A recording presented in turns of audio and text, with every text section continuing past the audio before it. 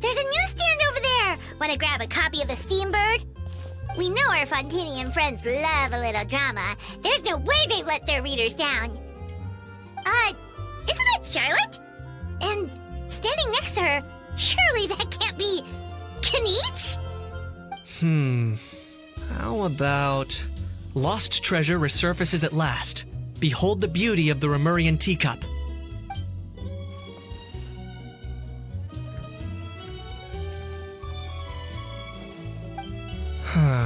Pretty shocking.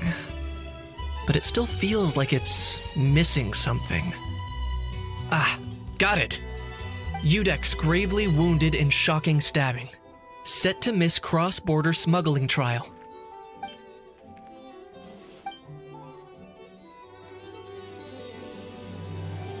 Huh? What? Did Paimon hear that right? Neuvillette was stabbed and gravely wounded? No, surely that can't be right. Can it?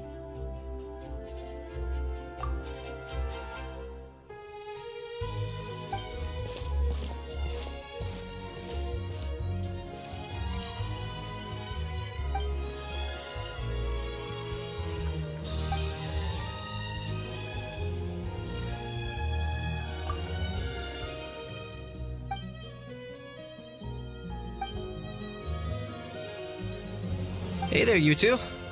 Fancy running into you here. Yeah, that, and also a less than pleasant shock. What the heck was all that about a Saurian meat restaurant and the Udex getting stabbed? Please say you weren't being serious. Trading tabloid headlines? Yeah.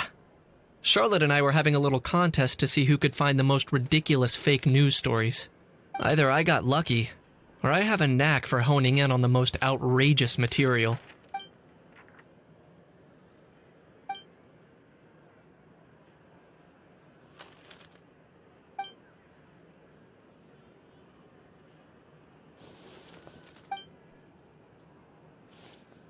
If I had to quantify it, I'd say about 1% of what they write is the truth. Huh? Him? Lenient? Ugh, you gotta be kidding! Ah! Don't get me wrong. I'm not trying to give credit to these so-called news stories for occasionally including a grain of truth. All I'm saying is, even the wildest leaps of the human imagination are always rooted in reality. You mean all those fake headlines you mentioned actually do have some basis in fact? Sure they do. For instance, there was in fact a smuggling trial recently. Considering the amount of speculation surrounding the smuggled goods, it's no wonder there are rumors about restaurants serving saurian meat or teacups being unearthed from ancient ruins. But in reality, the goods in question were simply a few ancient relics dug up from ruins in Natlan. Rest assured, no saurians were harmed in the process.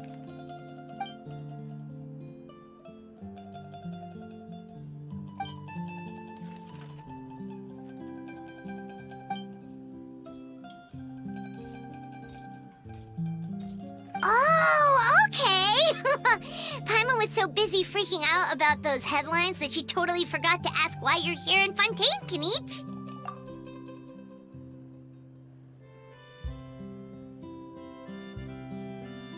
It was a pretty open and shut case, and my testimony in court was clear enough. But I'm guessing, Mademoiselle Charlotte, that you're less interested in the case than you are in trying to uncover some news stories about Natlan. I appreciate your kind invitation, but like I said, storytelling isn't really my forte. Kaniche the speechless! Kaniche the tongue-tied! Huh? If you're dead set on doing an interview, why not talk to the Traveler instead?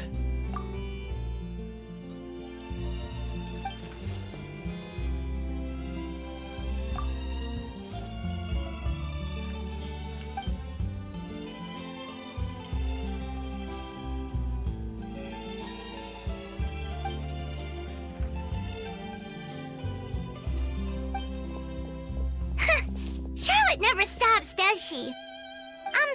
Anyway, Paimon just has to ask. That owl thing that popped out before, or was it a owl? kind of looked like a How, but at the same time... Oh, that thing. Yeah, that was a How. Huh? What's up with him? Like, he's still noisy, but he's way quieter than before. It's like he's trying to hide or something. Could be. Not acclimatizing? Aw, poor Almighty Dragon Lord is not feeling well. Too bad he can't come out to argue back. What do you mean? There's nothing physically wrong with him. It actually has to do with a strange law we learned about after arriving in Fontaine. Apparently, it's forbidden to release flying objects within Fontaine city limits during the first 3 days of each month. Paimon sure does. Paimon's been down this road before. There's an easy solution.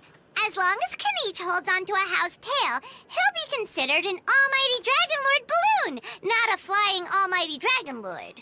Not gonna lie, I was considering that. But a How wasn't too thrilled with the idea of huffing and puffing away in the form of a mini helium balloon. That said, it's pretty annoying how he keeps randomly popping up all of a sudden. Anyway, this morning I saw a notice outside the Palais Mermonia about an event that's set to take place outside the city soon. Something to do with filmmaking. I hear that's all the rage here. I was planning to stay here and do some exploring for a few extra days anyway, so I think I'll go check it out. It'll be a good chance to let that noisy helium balloon out. He might even learn a thing or two.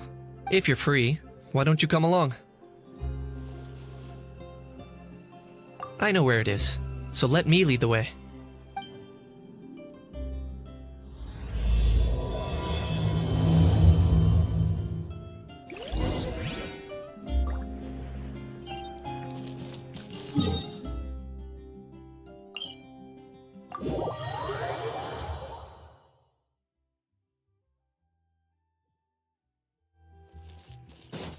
Running late again.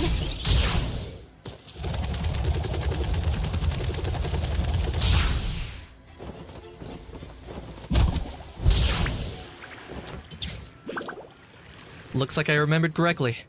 Here we are. Wow, this is awesome!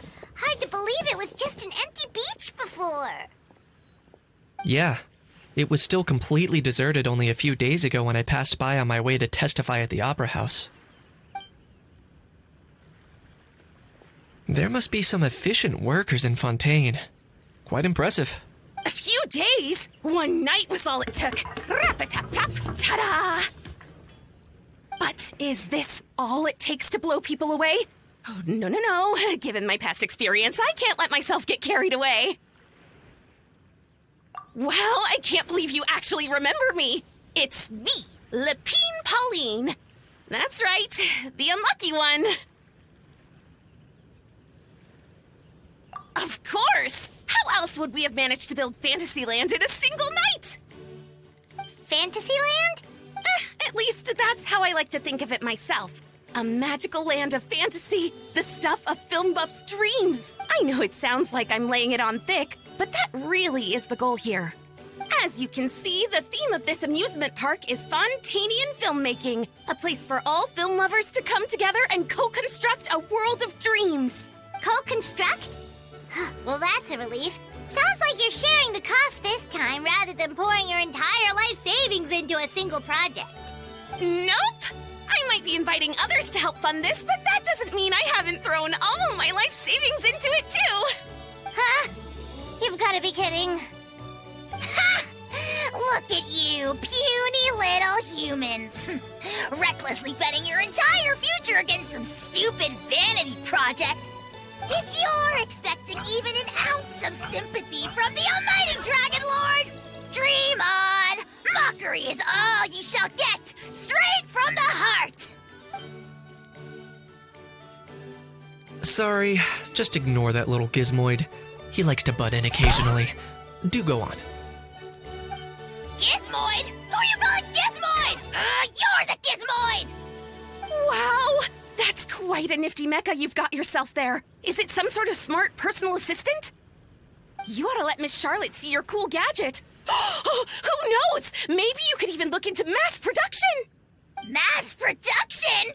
Ugh, insolent, vulgar, and disrespectful! I, the almighty Dragon Lord, am one of a kind! There has never been another like me, nor will there ever be! And another thing, smart is the understatement of the century! I shall have you know that I am Kahulahau, forebear of ancient wisdom! I lived for eons long before any of you were born! What? Heavens above! I beg your pardon, forebear of ancient wisdom. Please, I meant no offense. Idiot meets idiot. What's all the fuss? Making some new friends, are we?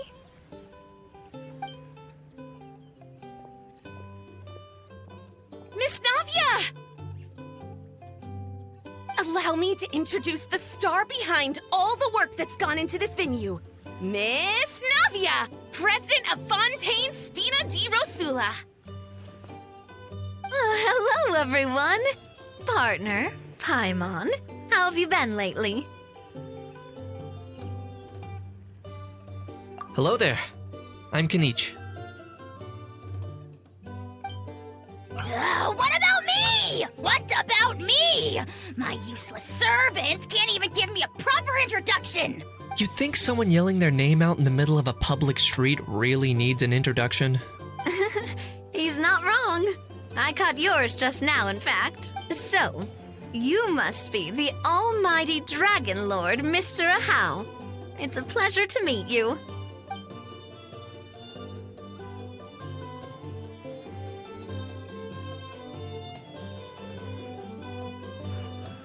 Oh, see that? That's what I call proper manners. Well, it's not every day you meet a well-mannered human. Navia, was it? Excellent. You may address the almighty Dragon Lord by his name. Navia, don't you think the title Almighty Dragon Lord is a bit silly? It's no big deal. All little animals do that, don't they? I mean, try to puff themselves up to look more impressive. Anyway, it's all thanks to Miss Navia and the Spina di Rosula that Fantasyland's gotten up and running in the space of a single night. Honestly, thank heavens! After all that paperwork and endless waiting, the event and venue finally got the green light. I couldn't wait a moment longer. The second the approval came through, I reached out to President Navia hoping she could lend a hand. After all, who else but the Spina di Rosula would indulge such impulsive demands? Sorry, traveler. Miss Lapine Pauline sometimes gets a bit overwhelmed by her own excitement. As you can see, I'm guessing she hasn't gone into much detail about the event yet. So let me fill you in. In short, the Cheval Moran Film Fantasyland is a fan convention that's open to film enthusiasts from all over Teyvat. Miss Lapine Pauline is hosting this event and also providing technical support. Huh? Cheval Moran? That's right. The one and only Surintendant Cheval Moran. After much persistence and many solicitations, I finally obtained Lady Farina's permission to use the image of her close friend. Not only is our adorable mascot drawing in fans by the minute, but she's also boosting her own popularity. And that was always the goal, a win-win arrangement. It's been a while since we last met, but still, it's a surprise to hear Lapine Pauline coming out with such sensible ideas. By the way, Miss Lapine Pauline, have you decided to switch careers and go into film tech? Not exactly. By chance, one of the prototype lenses I developed caught a photographer's eye, and it's now being used for the latest cinematic productions. Thanks to this unexpected opportunity, I've had the chance to invent various film-related equipment and props. That's right. So don't underestimate Miss Lapine Pauline, our resident engineer. She's the technical powerhouse at the core of this entire event. As for the Spina di Rosula, we're mainly here to take care of planning, operations, and management. For anyone feeling inspired to set up a booth, Miss Lapine Pauline and I will provide the necessary technical and operational support once their application has been approved. By the way, traveler, are you at all interested in taking part? It would be a chance for you to earn some extra income. Plus, with your skills, I'm sure you could bring something special to the table. Paimon would be even more tempted if you were to, say, throw in one of those fancy feasts she's seen in those gourmet food reels. Well, as it happens, that'll be a piece of cake. Everyone needs to eat, whether they be tourists or the stall owners themselves.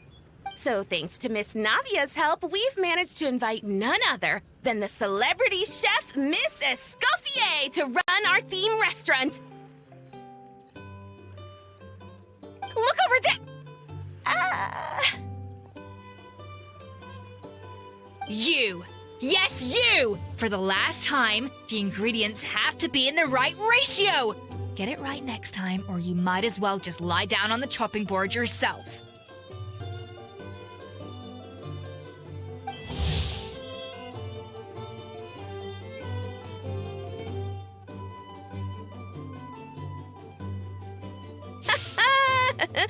She seems a bit busy right now.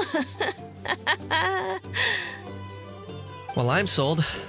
I think I'll make a How go be her assistant. You little... What's your game here? Demoiselle, sorry to bother you, but there's an issue over here that requires your personal attention.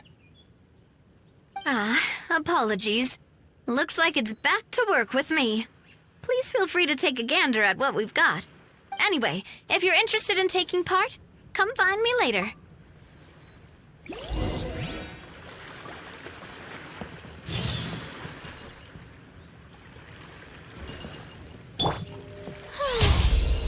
I present?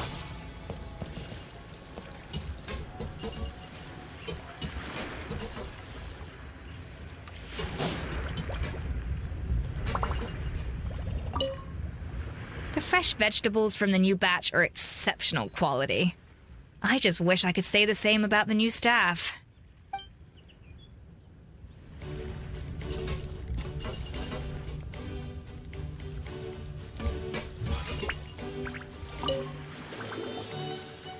Greetings. Apologies if you overheard my harsh words just now, but I assure you it is entirely necessary. The sheer lack of standards here will be the death of me. Do you have any idea of the kind of customers I'm gonna get with how lax things are at the moment? The ones that leave their guns behind by accident and then come back to collect them later bringing ammunition with them. Yeah, that's the kind of customer you wouldn't forget in a hurry. Oh. Wait, has that happened before? No, it's just the mention of guns reminded me. Someone did actually leave their gun nearby. Huh? Just before we started setting up, as we were cleaning up the site, someone stumbled upon a mysterious locked box. It didn't look like something from Fontaine, though. It had more of a Natlanese vibe. Oh? Do you think a foreign tourist might have left it behind? That's what I assumed at first. But the box was buried beneath a pile of wooden planks, rocks, and whatnot, so it seemed like someone deliberately hid it there. But I didn't see much point in speculating, so the best thing I could think of was to hand it over to the authorities. I trekked all the way over to the Palais Mermonia just to hand it in. Ugh, it was exhausting. What did the authorities make of it? Oh, they made a mountain out of a molehill, as usual. Before even addressing the question of what was actually inside the box, they had several heated discussions about whose responsibility it was to write the lost and found notice. Thankfully, the ever-reliable Officer Sedine stepped up and immediately called in the Marechaussee Phantom to crack the lock and check if there were any dangerous items inside. And, as it turned out, there was a gun. Wow, that's a dangerous item, all right. Mind if I ask what kind of gun it was? Oh yeah, Mr. Kanich, you're from Natlan, aren't you? Do you know a lot about guns? You could say it comes with the job. I have an interest in weaponry and the like. Ugh, such a spoiled brat. What, are the toys I gave you not good enough for you anymore? Yep, got sick of those long ago. You little... Don't dare you turn your nose up at my gifts! Why, Time for a timeout, old-timer. Sorry, where were we? Oh yeah, do you recall what the gun looked like? It's a bit hard to describe. If you ask me, it didn't even really look like a gun. Give me a second. I'll knock out a quick sketch.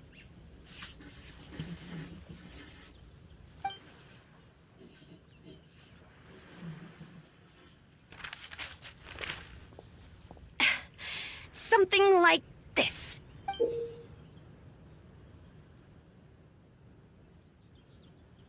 Whoa, it's so neat and precise! It's nothing. Sorry. Is something wrong with my drawing? I know it doesn't really look like a gun, but I assure you, this is exactly what it looked like. And it certainly could shoot as well, too. I confirmed that with the officer from the Marechaussee Phantom. No, quite the opposite. The features are very accurate, and it is definitely from Natlan. Please, don't mind me. I'm just taking a moment to admire it.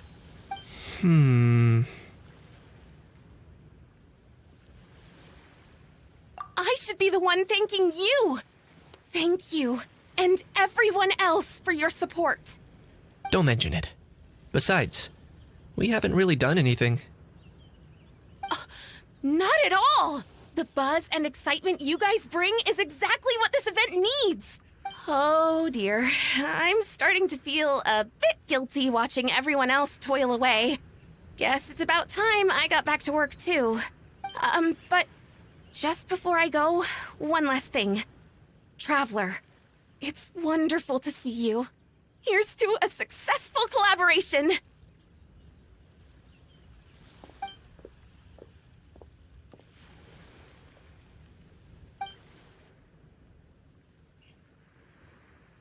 I'm sure you noticed that there was something unusual about that gun. Correct. It's most likely an old weapon dug up from some ancient dragon ruins. Based on my experience, it might be more accurate to refer to it as a hand cannon. But in Fontaine terms, it's not wrong to call it a gun. Given why I came here, don't you think it's curious that an ancient dragon relic of unknown origin would turn up like this, out of the blue? I suspect this gun might have something to do with that smuggling case. It might have slipped through the cracks. Time is of the essence, so I'd like to head over to the Palais Mermonia to verify my suspicions. Perfect. Then we can head out right away. Or, if you want to catch up with your friends first, I can wait.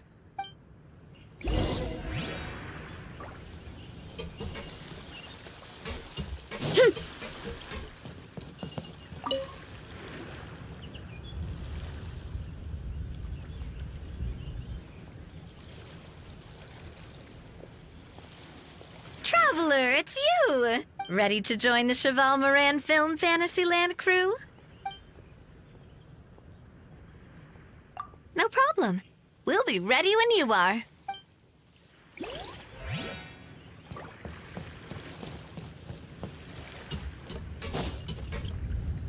The fresh vegetables from the new batch are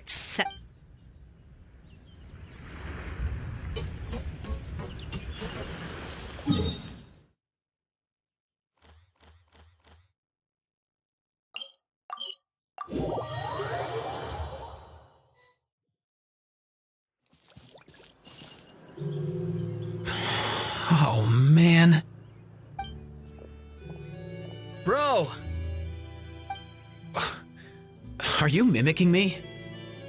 Now's not the time. Come on. No, I mean, one of our buddies is here, for real. Quite a few of them, actually. Aurora and Aoife, what brings you to Fontaine? Huh? How come you're... I'm guessing Kanich is here because of that international smuggling case, right? I've heard quite a bit about that. Word sure gets around quickly, huh? First time abroad and you're already making headlines. Oh, stop it. It's not like I was the center of attention. Wasn't expecting to see the Traveler and Paimon here too, though. Come on, Aoife. Huh? A traveler, by definition, is someone who travels around. Fair point. Anyway, back on topic. Wait a second. I lost my train of thought. What were we talking about again? Why you're all here, of course. For vegetables. For Huh? I'll go first. It's for the Chevrolamine Film Fantasyland. Wait, is that right? It's Cheval Moran. Ah, right. I keep stumbling over that one. Guess I owe Cheval Moran an apology, even if she's not here. Anyway, long story short, the festival restaurant urgently needed fresh vegetables from Natlan, which is why Aoife and I are here. So, you guys are vegetable couriers? He is. I'm just here as a responsible adult. It's his first time traveling so far away from home, and all the elders in his tribe were worried. So they had me come along. Even though it's your first time too. Right, but they still picked me to accompany you. You gotta wonder why that might be. Don't you get it?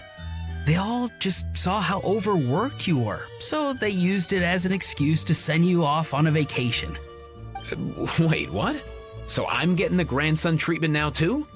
See, doesn't matter how much older you are than this dude. Hang out with him long enough, and you'll eventually find yourself being treated like a kid. Meaning everyone looks after you. What's so bad about that? In theory, nothing at all. In that case, guess I better start over. Hi guys, my name's Aoife, and I just turned 5. Paimon's not sure who the responsible adult is anymore. So, what about Kakuku? If he was here, we'd be making more of a ruckus than we already are. That's exactly what's got me worried. Aoife, there's nothing to worry about. You're a big boy. You can handle yourself now even without Kakuku. You think that's what I'm worried about? Anyway, my priority right now is Kakuku. Suffice it to say, Kakuku's in big doo-doo. How so? He's so small, and all he knows are a few harmless phrases. What kind of trouble could he even get himself into? Let me guess. Did he get caught out by the law on flying objects? Bro, you too? Not me. How? Oh, that pesky little chatterbox. So that's why he hasn't interrupted us this whole time. Guess he's too scared to show his face. That, plus he's already spouted enough nonsense for one day. So I've put him on mute until tomorrow. Nice one. If I was even half as decisive as you are, I would have kept a closer hold on Kakuku so he didn't get a chance to go flying off. Oh no, bro. Or rather, did Kakuku get caught by the guards for flying around? If they had managed that, we'd at least be able to track him down. But when the guards started chasing him, Kakuku flew into that building next door. I wouldn't be surprised if there was a high-stakes pursuit going down in there as we speak.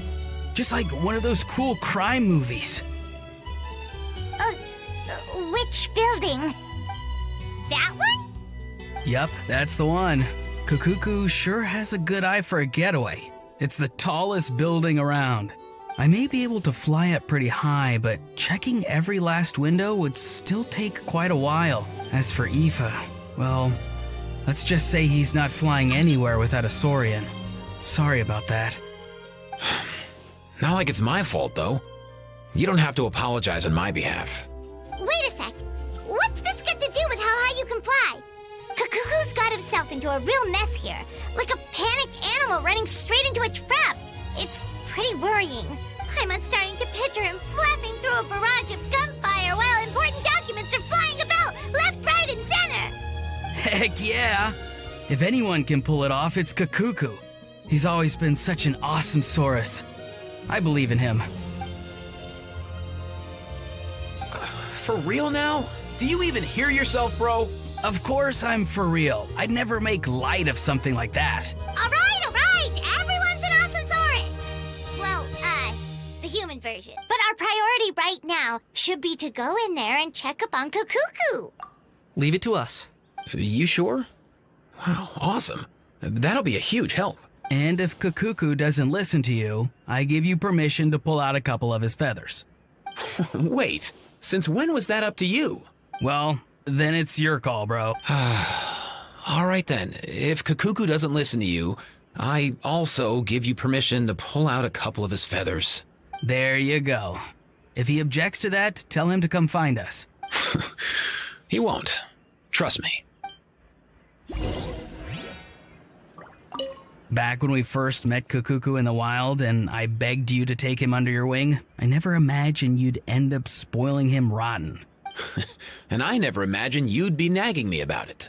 Oh, well, I definitely saw that coming. Huh? You're only 5 years old after all.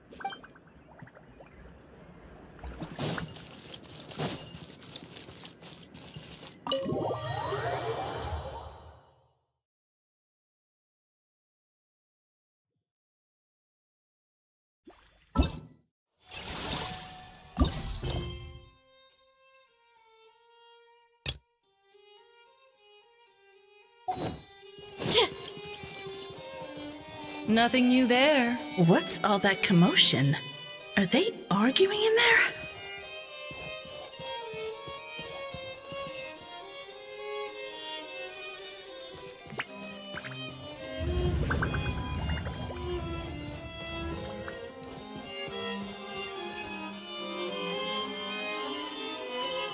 No way, bro!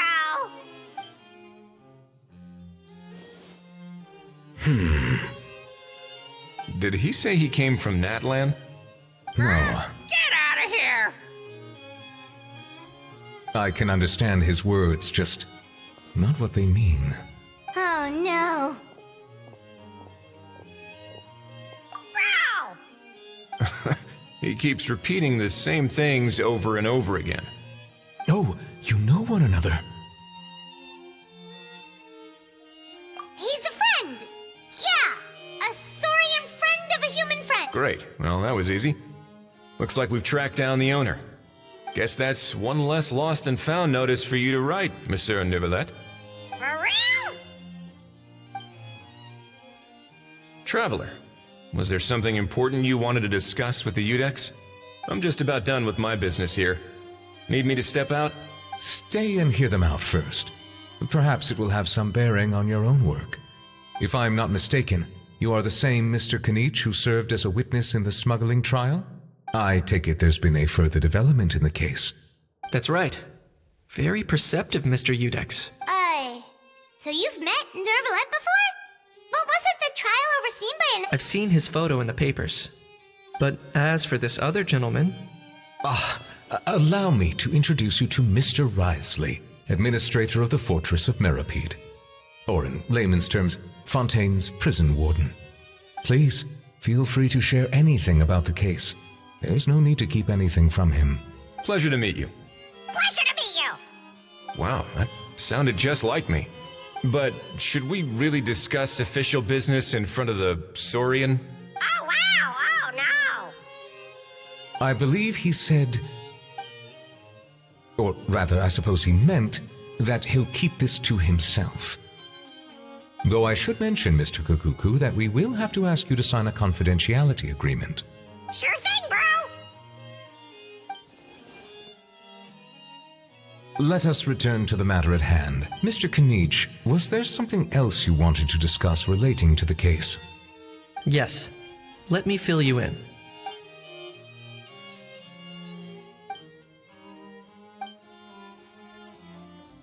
Wow! It really is exactly like Lapine Pauline's sketch! That must be all that practice drawing engineering blueprints, huh? So if it's true that this weapon came into Fontaine alongside the contraband from the smuggling case, then there's a high chance we overlooked a suspect. That's exactly my line of thought. I see. Mr. Kanich, thank you for reporting this promptly. I'll arrange for the Marechaussee Phantom to investigate right away. We should begin by questioning the prisoners in custody. Wriothesley. I'll sign off on the interrogation request. Don't you worry. That would be much appreciated. It's lucky that the Palais Mermonia wasn't scheduled to release any public bulletins today, and that this gun's lost and found notice hasn't been written up yet. In other words, the news hasn't leaked. I'll be staying in Fontaine for the time being. If there's any progress in the investigation or you need my help, feel free to reach out anytime. mention. If there's any news, we'll keep you all posted. Marvelous. Thank you all. Well then, all that's left is to...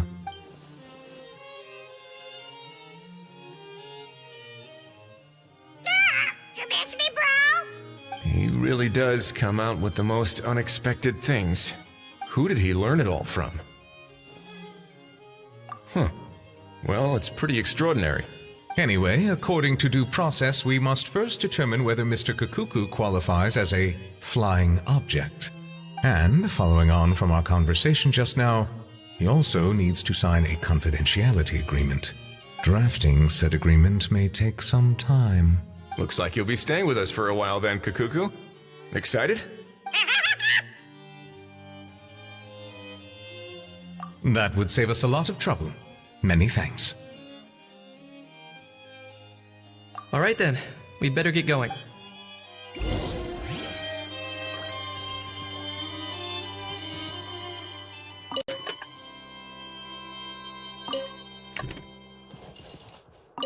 I know you mentioned a while back that people from Natland would soon start showing up all over the world. But I hadn't expected anything like this. It seems no matter where they come from, all dragons are inquisitive by nature. You can say that again, bro! The same might well be said for humankind. The real reason you chose to stay to investigate this case was your curiosity about Natlan and Mr. Kakuku, was it not? Guilty as charged. Nothing gets past you. So, how about we take this opportunity to chat a little more? We've got the world's best translator on hand, after all. Sure thing, bro!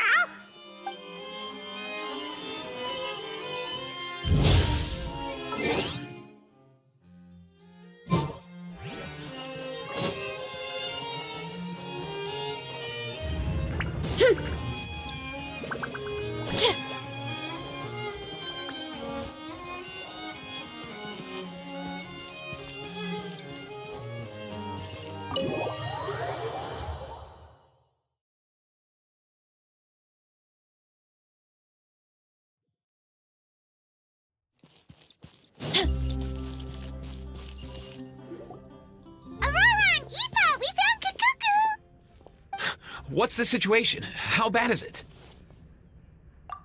Oh no. When I saw that Kakuku wasn't with you, I'd already prepared myself for the worst. Relax, Aoife. Maybe Kakuku just prefers high-rise living now. Sometimes you just have to let the kids grow up and make their own choices in life. For real now? Do you even hear yourself, bro? It's not that bad. Kakuku's fine. Still very much alive and kicking for starters. He hasn't been arrested either, so no jail time. See? You're not exactly reassuring me here. As for the bad news, well, it's really not that bad. Kakuku accidentally overheard some top-secret stuff, so he has to stay at the Palais Marmonia for a while to sign a confidentiality agreement. But there's no need to worry. The person in charge of looking after Kakuku is super nice, so he'll be absolutely fine. All right. That doesn't sound too bad after all. Wow, hearing that's put my mind to rest. But based on my understanding of how things work here, the ban on flying objects should be over by the time Kakuku actually gets out.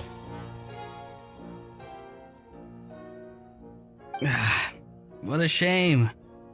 Oh well, I guess we'll just have to go have some fun without him. You don't look disappointed in the slightest.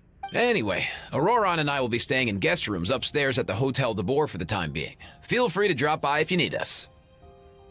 Yay! Problem solved! All right, let's catch up another day.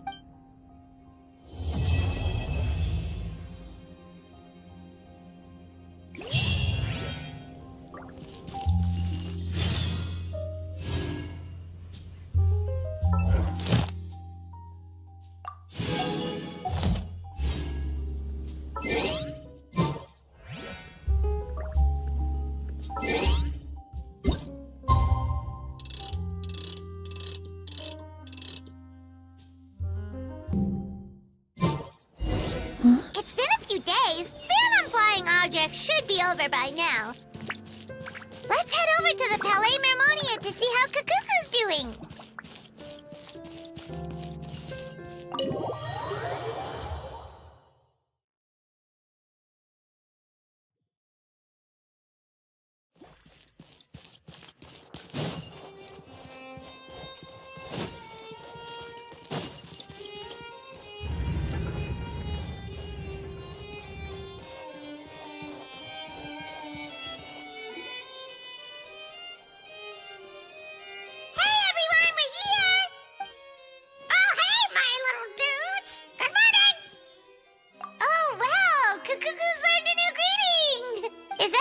news or bad news, though?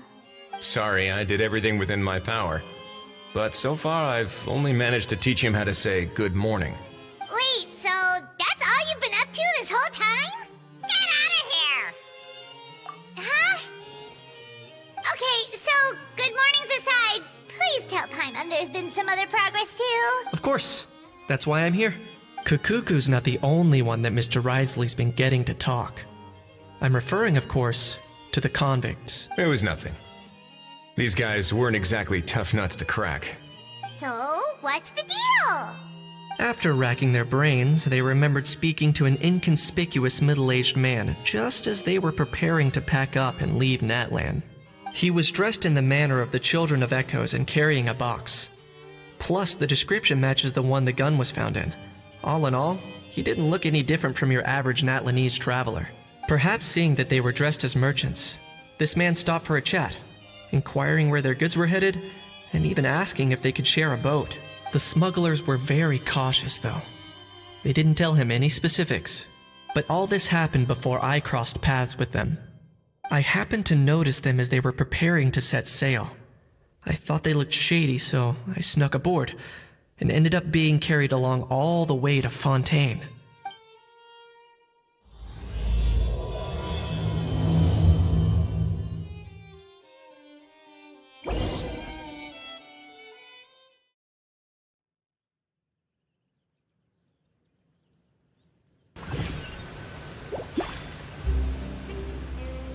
Boss, do we know if those Fontainians will even like this stuff?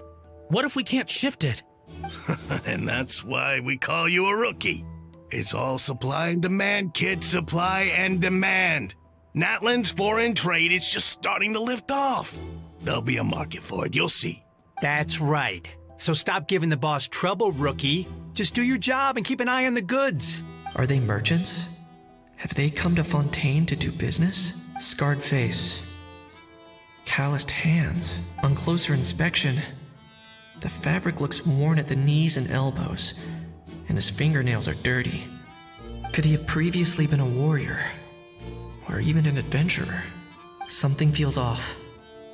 I'd better sneak up and get a closer look.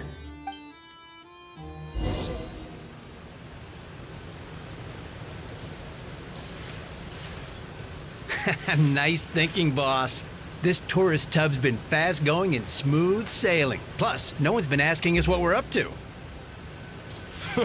That goes without saying. Big cargo ship would have been too slow, whereas the smaller ones would have been faster but way too bumpy. If we ended up damaging the goods by accident, all these months spent grafting away would have gone up in smoke. Seriously? But there's hardly anything here. Would it really have taken them months to prepare? And why would they need to transport it with such care? Could they...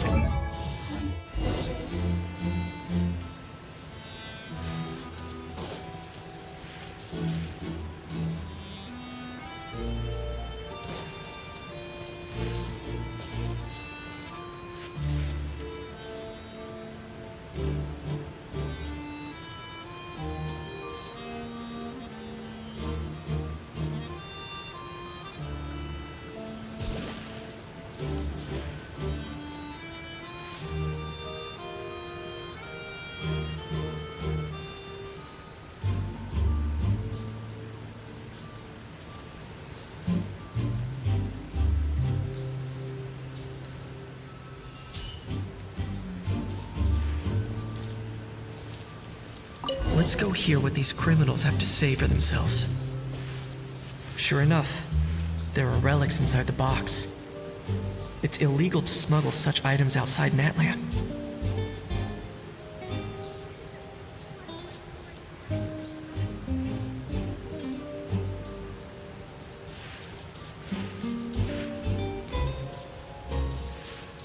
Hey, why the long face? You're abroad on business, and you get to do some sightseeing while you're at it. Sounds like a pretty sweet deal to me. You better cheer up if you know what's good for you. I guess you're right.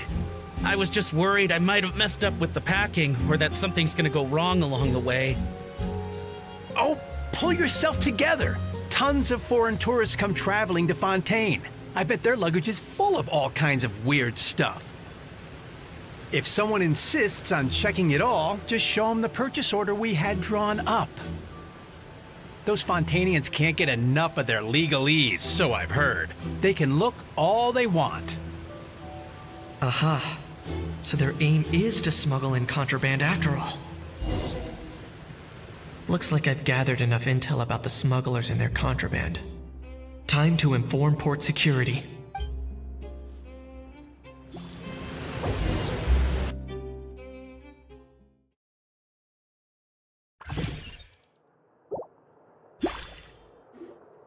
So anyway, that was when I went and told the Fontanian guards about my suspicions. After an investigation and a chase, they finally apprehended them and sent them on their way. Well, guess they're headed exactly where they should be. Thanks. Based on your recollections just now, I was completely focused on those smugglers at the time, so I wasn't really paying attention to other passersby. Yeah, Kanish, you did great! in other words, the person who brought the gun here, the one who lost it, has no connection to the smugglers whatsoever. They were working entirely on their own. Oh dear, oh dear! Sounds like Mr. Kukuku wants to chime in? He said this elusive individual's actions are positively mystifying. It's a good observation, I quite agree. However, we still know next to nothing about the person. Perhaps we should start by focusing on the lost item itself.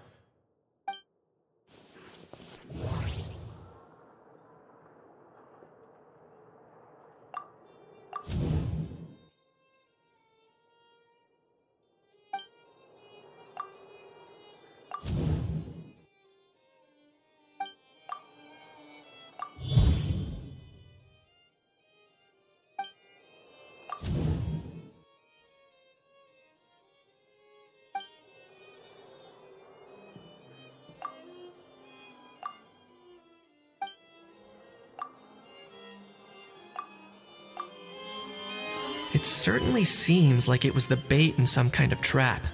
The only question is, why wasn't the bait made more conspicuous? Has something sprung to mind? I just remembered a film I watched this one time. Huh? Oh, wow! No way, bro! Hold on, let me explain. Just now, the traveler speculated that this box might have been placed there on purpose, as if the intention was for someone to come pick it up. That got me thinking about those films about kidnapping cases. When they demand their ransom, the kidnappers tell the victim's family to leave money or valuables at a designated spot for someone to come pick up. That doesn't merely happen in films. There have been similar cases in real life. In fact, if anything, it's probably the real-life events that inspired the films. Sounds plausible. Wait. This raises the stakes to a whole new level. If the gun really was some kind of ransom, then since we took the box, the kidnappers never got their payment, so does that mean they executed the hostage? I agree. I don't believe we have a kidnapping on our hands. Selling off stolen goods is extra work that most kidnappers would want to avoid.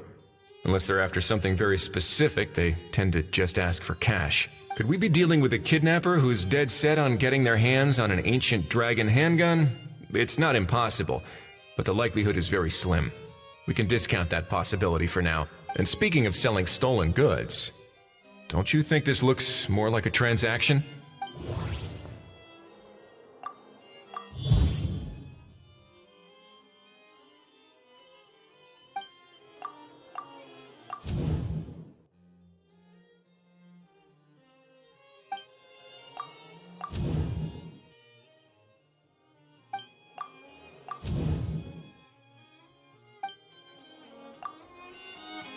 So, bottom line, this was an individual smuggler at work. Exactly. And it was the location itself that caused the deal to fall through. The last thing they would have expected was for a quiet beach to turn into a bustling film convention overnight. Not only is the area now packed with tourists, but the Spina di Rosula have a presence there. I'll bet that both parties were completely caught off guard. That sounds like a plausible theory, but how do we verify it? Looks like your people better start rolling up their sleeves. How so? Easy. Just follow the usual procedure by putting up a lost and found notice. The more routine we make it seem, the more likely the suspect will come forward to claim it. Even if they send a proxy, we're liable to get our hands on new leads. And timing-wise, it's about time we updated the bulletin board anyway. All we need now is a lucky gestionnaire to write up the notice for us post-haste. Ah, so that's what you meant by rolling up their sleeves. In that case, I may as well write it myself. Delegating this to someone else would require an additional explanation. Or are you just not used to asking others to work overtime? Is that really a major concern here? Well, looks like I won't be needed around here. At least until the notice has been posted. You could always wait here if you like. The Palais Mermonia serves a particularly fine cup of tea if that swings it for you. Thanks, but no thanks. I left a very noisy creature with a friend before heading out, so I should probably get back to feed it. Ah, I wasn't aware that you had a pet, Mr. Kanich. Speaking of pets... Get out of here! Out of here! Yep, that's the plan. Out of here indeed. I believe that what Wriothesley is trying to say is, you are free to leave, Mr. Kukuku. Furthermore, it has been determined that Mr. Kukuku should not, in fact, be classified as a flying object. As such, he shall be free to move around Fontaine whenever he so pleases. You're the best, bro! Oh, that really is good news! Travelers, should we bring Kukuku back to Aoife and Auroran? I shall leave him in your capable hands. Indeed.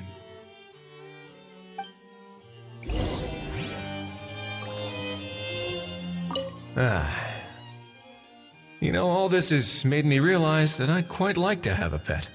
If that proves inconvenient within the fortress of Meripede, perhaps you should consider finding a place in the court of Fontaine. That actually sounds like a good idea. In the past, I always dismissed the idea of buying a property in the city. The prophecy about the floods meant it never seemed like a worthwhile investment. But now... This might be a good time for you to re-examine the documents I gave you regarding your title as Duke. Huh? Citizens with honorary titles are eligible for certain benefits when purchasing property in the court of Fontaine. Really? How about this? You read through your documents from start to finish, while I write up the lost and found notice.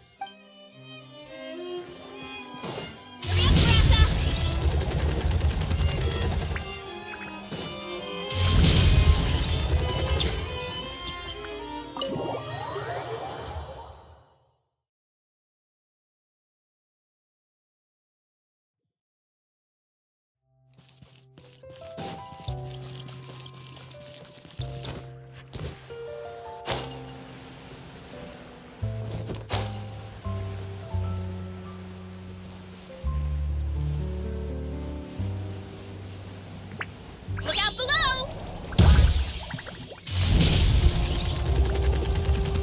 Just steer clear of other people.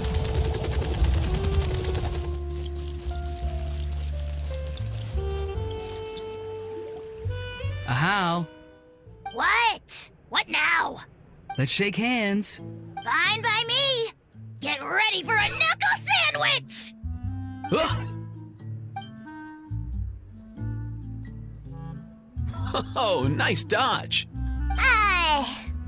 Paimon feels strangely inclined to keep a safe distance. Did you miss me, bro? Cuckoo, you're free! Ugh, not you again. Nope, didn't miss you in the slightest. Hey, Gramps. And hey, Paimon and Kanich. It's good to see you all. Thanks for bringing Kukuku back. Get it away! Get it away from me! Nice to meet you, bro. Who are you calling bro? Say that again to my face! I dare you. If you've got the energy to argue this much, you're clearly not hungry yet. Let's go find something to eat while Ahau lives his best life. Poor Ahau. He spent all day being tormented by Auroran, only to discover that the suffering's just begun. Aoife, as a Saurian vet, how can you just sit back and watch our little dragon bro suffer? Huh? How am I the bad guy? Did you even hear yourself? Ah! Doesn't anyone want to hear how Kukuku got out of jail? Don't lose hope, Ahau. By the same standard, you have freedom of movement now too. You're still in the game? Same standard? I will not be held to the same standard as that thing! That's right. You won't. As far as I understand, the Palais Mermonia will want to assess your case on its own merits before they grant you freedom of movement. Where's that Saurian meat restaurant again? I'm gonna march that little pink balloon right into the kitchen! Yeah, good luck with that, bro. You'll be putting your own neck on the line, too. Also, there's no such restaurant! Anyway, thanks for looking after a How, guys. I'll take over from here. Why, you? Between the two, Kukuku wins the cuteness competition hands down. Ah, really? Thanks! Wait, who are the other contestants, though?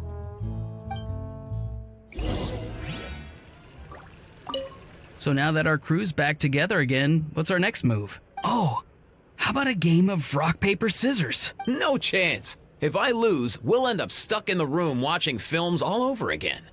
Nope. This time, we'll only watch a film if I lose instead. Had enough too, huh?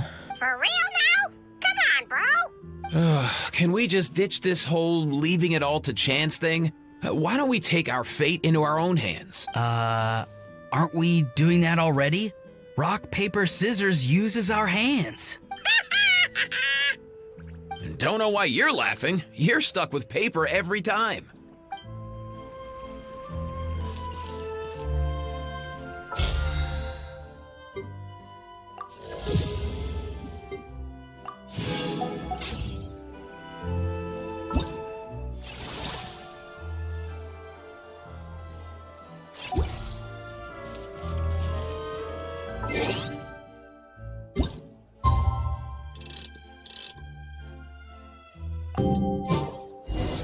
The lost and found notice is up! Maybe we should go hang around the Palais Mermonia to see if anyone shows up to...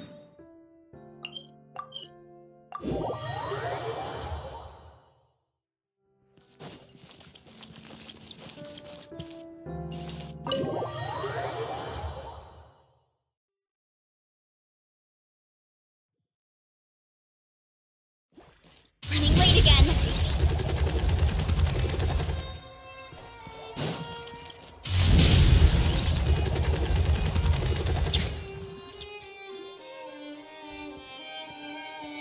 Huh, looks like there were quite a few others with the same idea.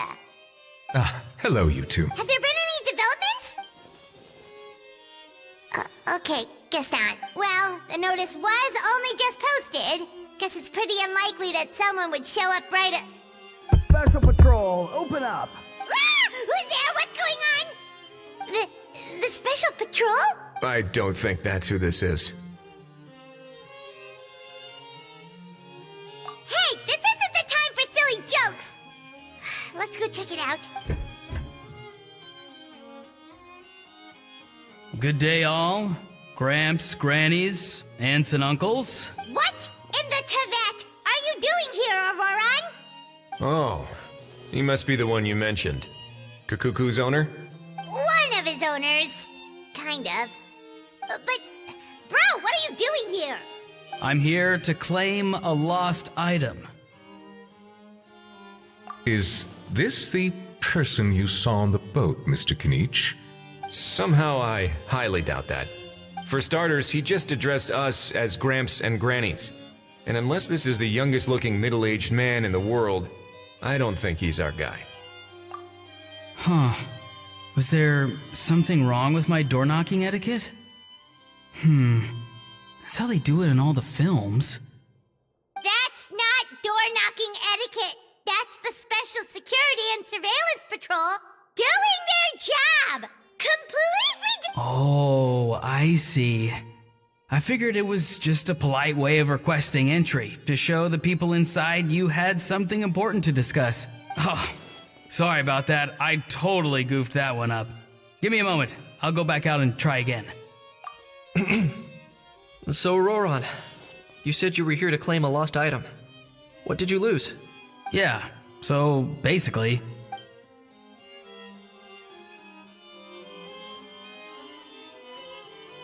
For real now? Oh, come on, bro. Auroron, be honest now. Were you the one who lost this? no, it belongs to a friend. So it belongs to Aoife? Of course not. Aoife has his own gun. All right then. I knew this wouldn't go well. So here's what went down. This morning, Aoife and I were playing rock, paper, scissors. Before long, he'd lost, as he usually does. So we figured we'd head out and visit some of the Cour de Fontaine's famous landmark. When we got near the plaza, a man suddenly stopped us to ask for help. He said that he had lost something and that someone had found it and sent it over to the Palais Mermonia. But apparently he used to work here and was worried it'd be awkward bumping into his old coworkers, so he asked us to pretend to be the owners and claim it on his behalf. You didn't manage to keep that pretense up for long. It's fine. I'm not the one who feels awkward anyway. So, a former employee of the Palais Mermonia. Was this individual a Fontaine native? Yes, at least I assume so. He looked like a well-dressed gentleman to me.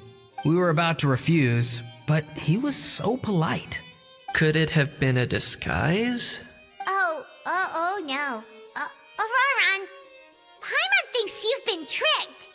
This person might be in cahoots with the band. Oh, maybe he already took off and escaped as soon as your mission went pear. No way. I'm not that dumb. Huh? He's not going anywhere. Aoife and Kakuku are keeping an eye on him over at the plaza. Keeping an eye on him. I like the sound of that. In that case, let's hurry over to where Aoife is. Time to catch that con man and find out what's really going. Wait a minute, I have a question first. Traveler, Paimon. You're pretty famous in Natlan, right? Oh, we're basically a household names. But why do you ask? Would that be a problem? Remember when I said that the seller might be watching in secret? If so, then picking Auroron to do their dirty work was a careless mistake on their part. It suggests that the person who got Auroron to claim the item might not be fully in the know themselves. There are plenty of unanswered questions, but standing around racking our brains won't help. However, I still suggest that the famous faces among us, meaning the Traveler and Kinich, oh, and of course, Monsieur Nivelette too, stay here for the time being. We'll empty the box, give it to Auroron, and then he can claim the item as if nothing happened. I'll follow to check if anyone is watching. I doubt anyone would recognize me anyway, so I shouldn't draw too much attention. I think this plan is worth a try. I shall leave it to the pair of you. So, I have to go undercover again, right? Well, not exactly undercover. Just drop the special patrol persona and be your... Roger that. Oh.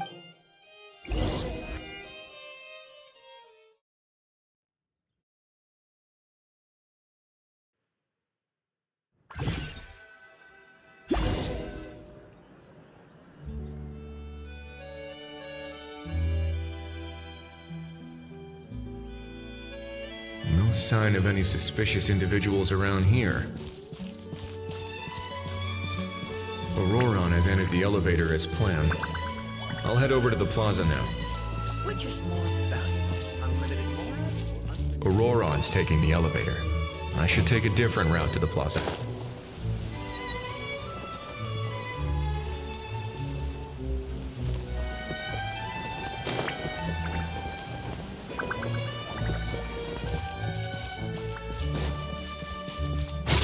Now.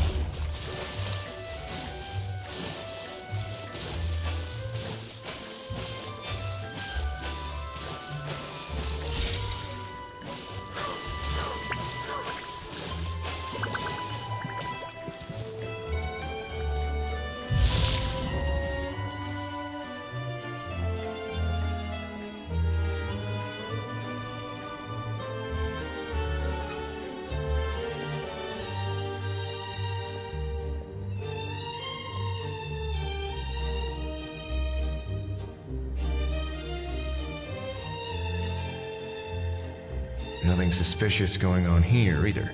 Strange. Maybe we're overthinking this? Oh dear! Oh dear!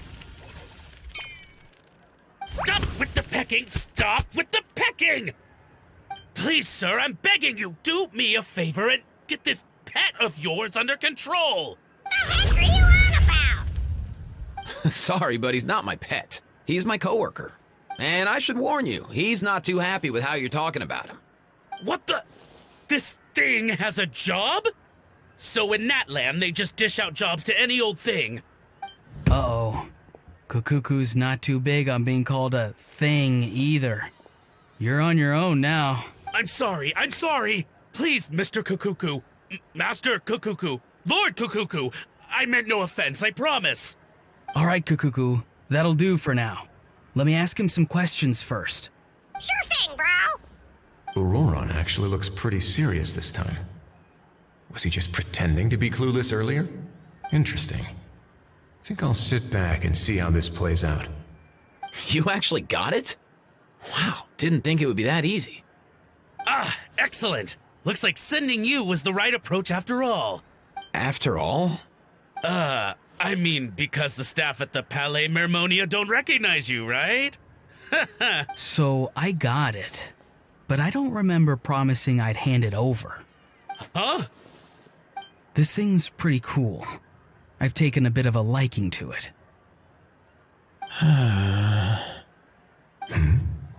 Please don't do this, my good sir, my master, my lord. My very life hangs in the balance. His life hangs in the balance? If this means so much to you, what are you gonna offer me in return? Are you trying to get him to say my life? How'd you know that?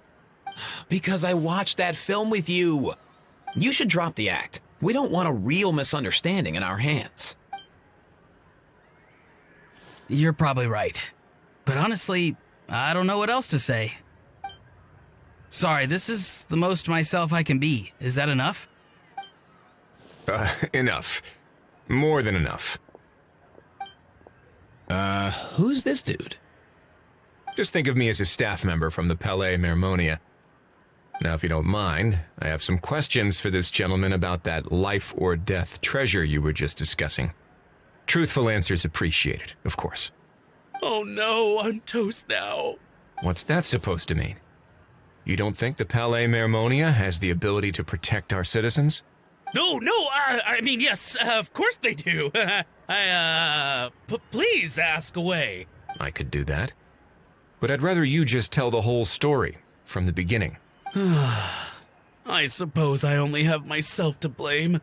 Such a rare antique, I couldn't resist. I'm a collector of antiques. Nothing excites me more than rare, old relics, and to be completely honest, if someone's selling, I'm buying. I don't care to ask where they sourced their goods. As for the seller of this particular item, well, I've never met him in person. We've had some prior dealings, but always under the cover of coded ads in some shady tabloids. Lost and found notices, missing person ads, that sort of thing. As long as I took care to hide a time and place somewhere within the text, then slip some mora into the envelope before submitting the ad, it would get published. And that was that. No fuss, no trace. Simple, right? Normally, everything goes off without a hitch. But this time, I arrive at the pickup spot expecting a discreet in and out, and instead, I find a whole construction crew at work. That was not what we'd agreed, but I couldn't just let it go, so I reached out to him again the same way as usual. He replied, and do you know what he said? He told me that the item's now in the Palais Mermonia. Well, he wasn't lying about that. He insisted that it would be inconvenient for him to make an appearance himself, but said that if I could somehow find a way to retrieve it from the Palais, he'd give me a discount on the price. Of course it wasn't the discount that swung it. Do I look like I'm strapped for cash?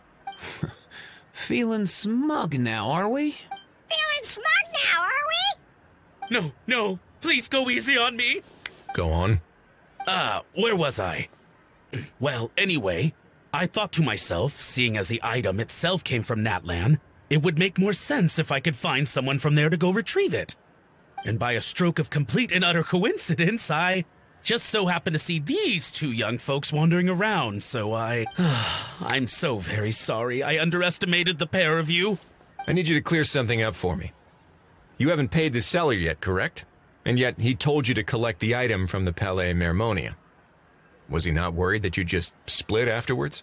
Well, to be honest, though I can't claim to know him very well, he, on the other hand, seems to know my name and where I live. Besides, this is a guy who managed to get his hands on an ancient Natlanese weapon. That's probably not the kind of person I want to double-cross. Fair. That makes sense. So, Mr.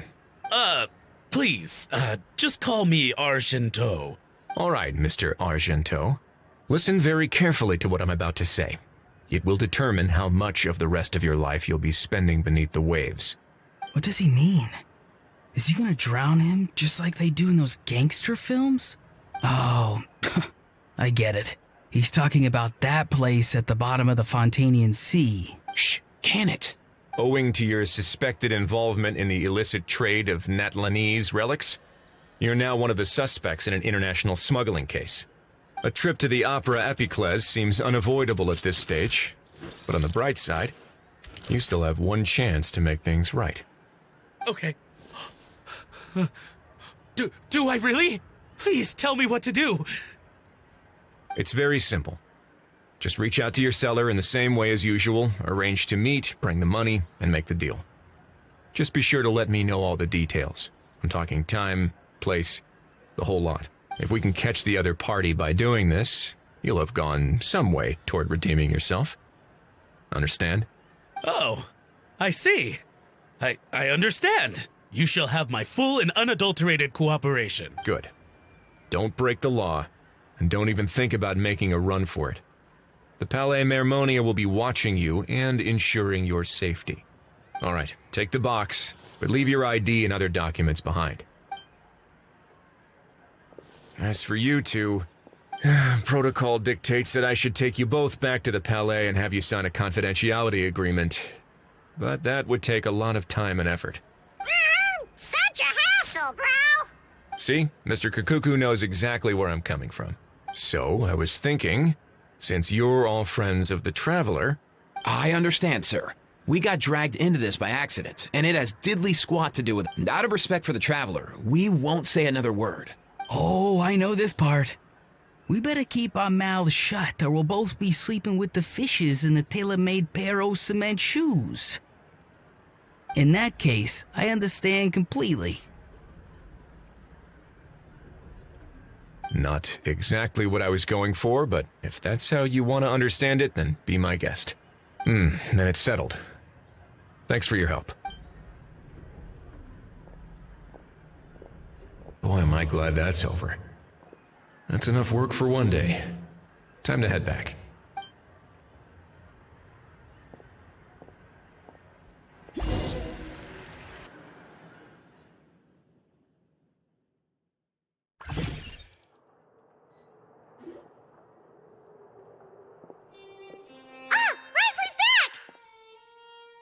Judging by your expression, it must be good news, huh? It went smoothly, on the whole.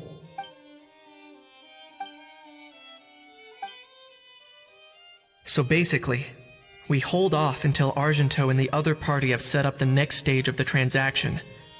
Then we plan our next move. Patience will be key. I get that. It's like hunting. I'm just not sure the other party will take the bait so easily. Well, if he didn't need the money, or if he valued self-preservation over making a profit, he could have walked away as soon as the contraband was brought to the Palais Mermonia. On top of that, although he hasn't shown his face yet, he seems to have no followers or accomplices, and he's relying on an extremely limited set of options to push the deal along. So, if you ask me, he seems like someone who cares a lot about his image and has a somewhat high opinion of himself, but lacks any real ability. I almost get the feeling that if he misses out on this opportunity, he won't have any other way of making money. His every move is like a spin of the roulette wheel, hoping that the ball will land exactly where he wants it to. Or, I don't know. Maybe he'll cut his losses and vanish into thin air, and our efforts will have been in vain. At least Natlan will get the stolen relic back, so it won't have been for nothing. In that case, let's hope his arrogance stays in play. Everyone, I have just briefed the Marechaussee Phantom on the situation. As soon as there are any further developments, we will act without delay. When that time comes, we will be relying on your help. We'll be waiting for the good news.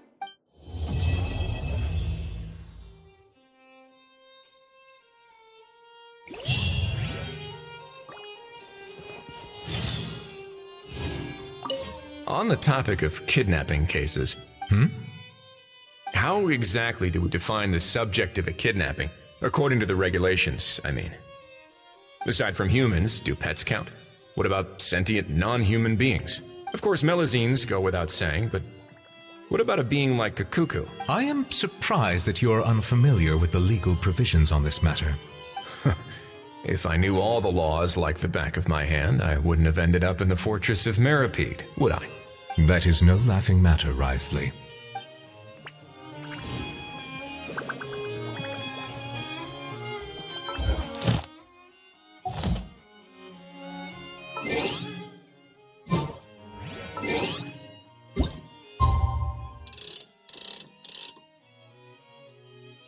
Neuvillette sent someone to contact us this morning. That must mean there should be some progress. No time to waste. Let's head out.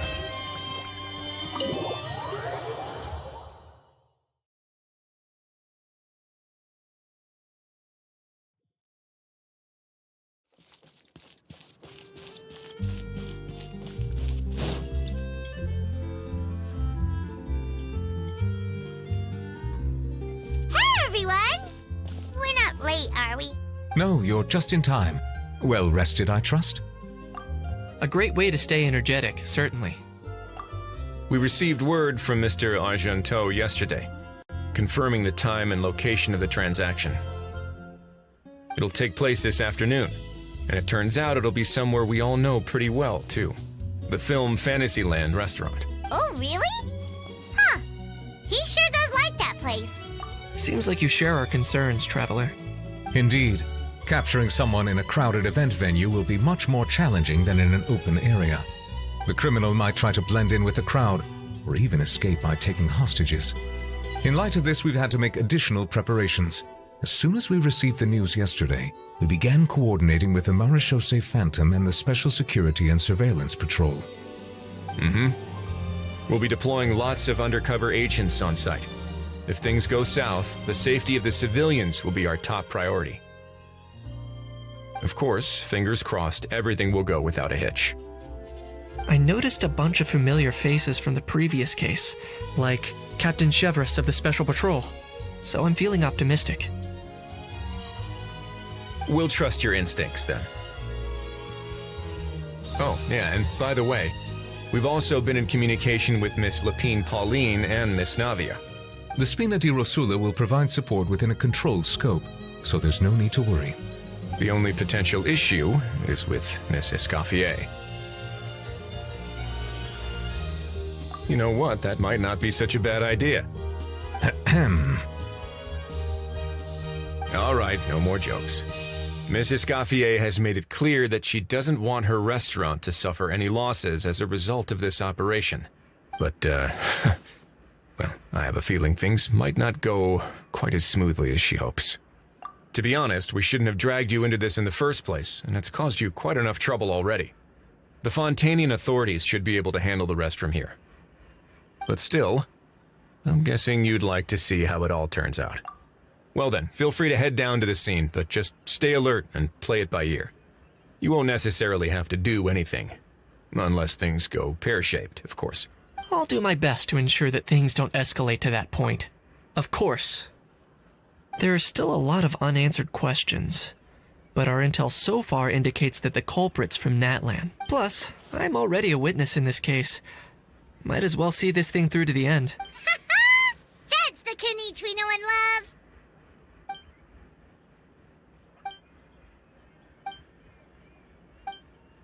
Well, that's enough of the small talk. The operation's scheduled for the afternoon. If we're quick enough, we'll even have time for a few cups of tea before we leave. Oh, and let's grab something to eat can't work on an empty stomach, you know. And rooting for you. It's a very important job. All right, I'll head over to the venue now. Ahal's been harping on for days now about this event-exclusive meal he wants to try. Guess I might as well shut him up sooner rather than later. See you in a bit. I look forward to hearing how it all goes.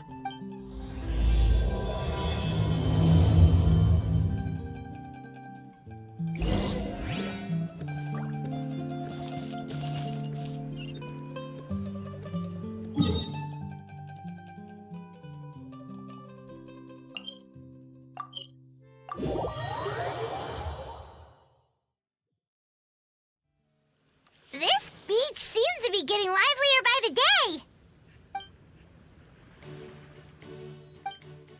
Traveler, Paimon's getting kinda hungry. Let's go check out the restaurant menu, shall we?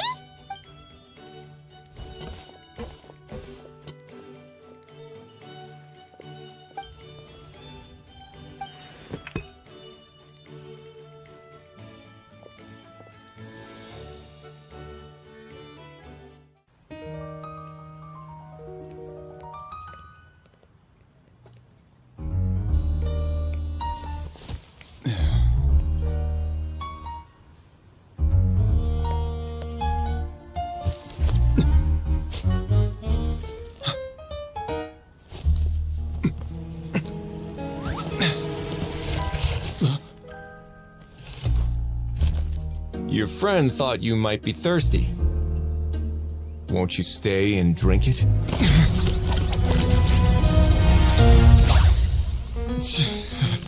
I tend to steer clear of drinks left out in the open.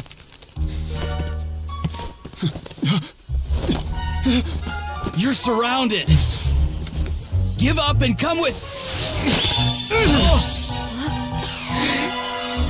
You lousy swine!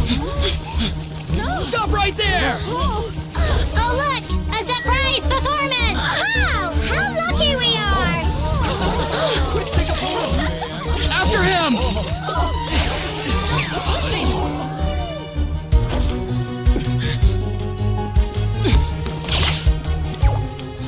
Sorry, my guy. Unlicensed and illegally docked. This boat's not going anywhere.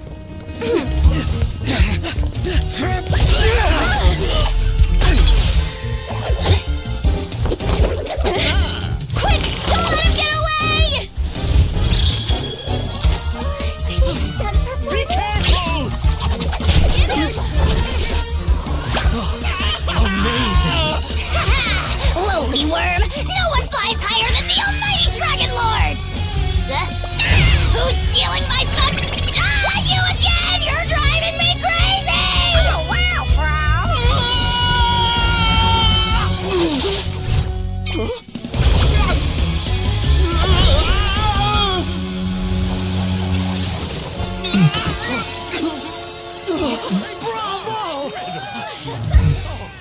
All right, that's a wrap.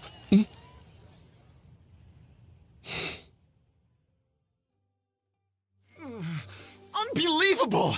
You can't just drag someone around like that! Such blatant disregard for human life! I'm gonna sue the living daylights out of you! Will you now? I think I did you a favor by pulling you away from your audience. Saved you some face at the very least. As for whether you were facing up or down along the way, well, that was your decision, wasn't it? For you... All right, I admit it. I was in the wrong. Oh, of course I know the difference between right and wrong, but I had no choice. I desperately needed the money. I was an expert on ancient relics. Not only did I have a successful career, but a happy family too. But my son, I never imagined he'd turn out this way. Fell in with the wrong crowd and ended up shoulder deep in gambling. We had some savings, but he drained them away like a waterfall. Once he fell into debt, he had creditors regularly coming over to threaten and intimidate him. I'm his father. How could I just stand by and watch him suffer like that? Oh, my son is about the same age as you are. If only he could have turned out more like you. That's the only reason I needed the money. Please, believe me. You... Please, kid, I'm begging you. Help me. I see you're from Natland too. That makes us brothers. Please, have mercy. I still have a chance to help my son straighten himself out. But only if I get back.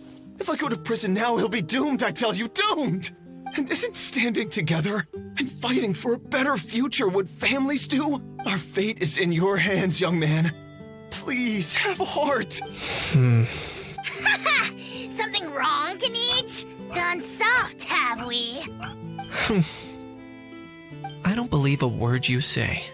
Wriothesley had you just about figured out. You're a gambler. Pure and simple. A gambler? Me? Nonsense! I told you, it's my son! First of all, are you really from Natland? You've been keeping tabs on the gun's whereabouts this whole time. You should have recognized at least one familiar face by now. On top of that, the way you threatened to sue me? Spoken like a true Fontanian, if you ask me. Huh? What kind of logic is that? I can't explain. I actually grew up in... I don't want to hear another word. Ahau, here's your chance. Shut someone else up for once. The moment I've been waiting for. Eat this, scumbag!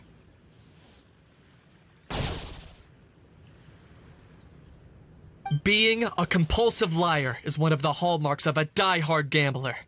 I bet you're just a Fontanian pretending to be from Natland. Even if you have any friends or family to speak of, I'm guessing they've long since cut all ties with you.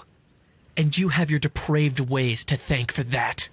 Of course, I might be wrong. But does that matter?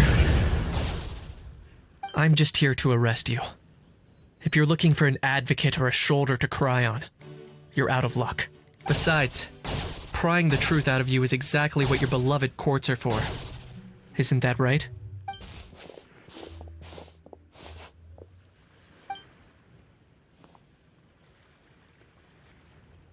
Many thanks. And me? What about me? So rude. You should be bowing down in gratitude to the almighty Dragon Lord.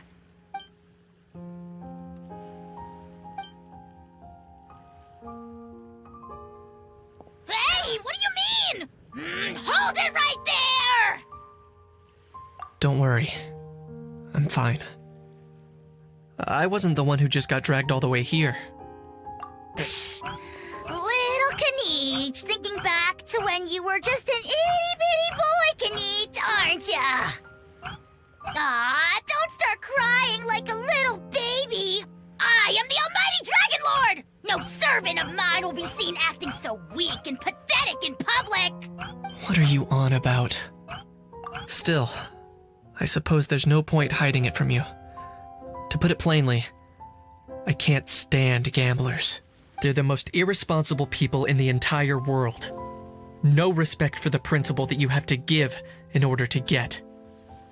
They'll tell 1,000 lies for a single coin, deluding themselves into thinking they can use it to gamble their way to a vast fortune. But we all know that even when it looks like you're getting something for free, there's always an unseen cost. In the past, I also ended up paying a price for my father's gambling losses. I don't want anyone else to end up in a similar situation if I can help it. Don't feel sorry for me. I certainly don't feel sorry for myself. They say that people are shaped by their past. And since I've made it this far, I must have done a lot of things right. We should never punish ourselves for the mistakes of others. Instead, I choose to remember the moments that helped me grow. Like when I first learned to use a grappling hook.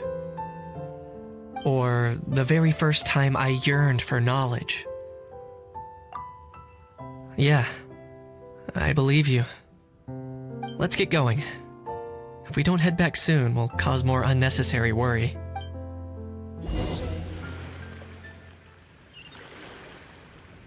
Running late again. Gotta steer clear of other people.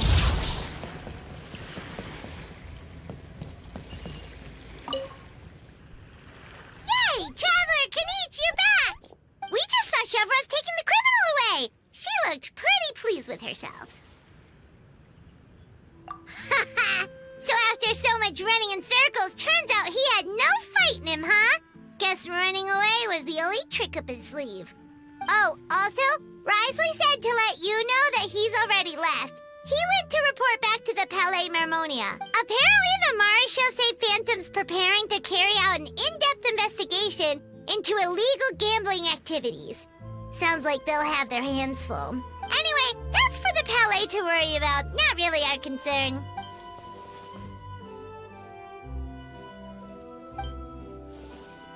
Hey, it's not like you to give up so easily, Charlotte.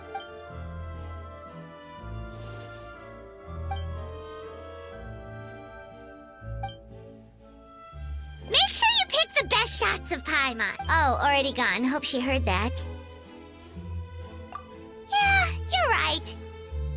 But what took you all so long to get here? Did something happen?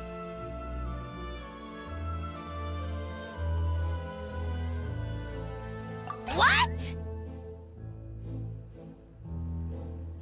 Rumors and slander! When have I, the almighty Dragon Lord, the whole how, ever sunk to such sniveling? Often, actually. To be honest, I haven't decided yet. At the moment, I've got nothing urgent to get back for. And in any case, the court might need me to testify again. Plus, that gun's still a key piece of evidence. I'll probably have to wait until the case is closed before I can return it to Natlan. So, I guess I'll be sticking around to enjoy the beach a little longer.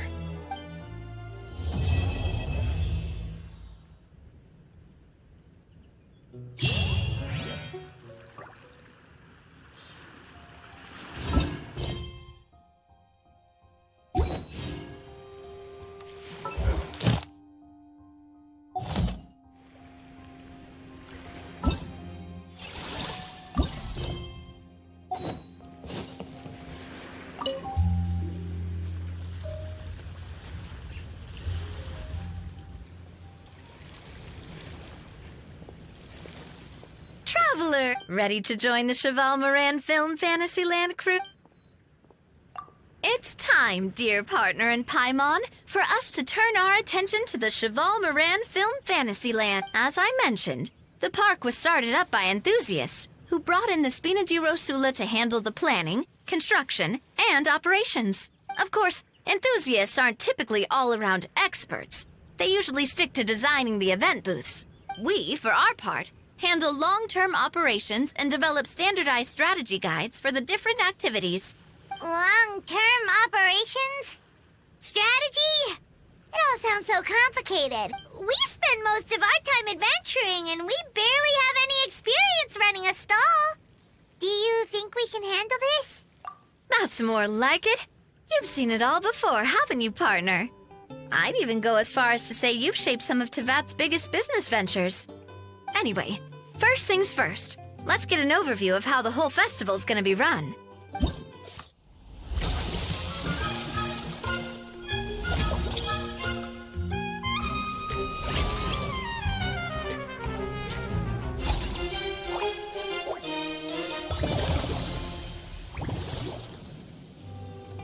As you can see, our Fantasyland's a bit like a sugar-free macaron. The Spina's only been able to hire a limited number of craftsmen. Besides, we don't have enough experience to handle multiple projects simultaneously.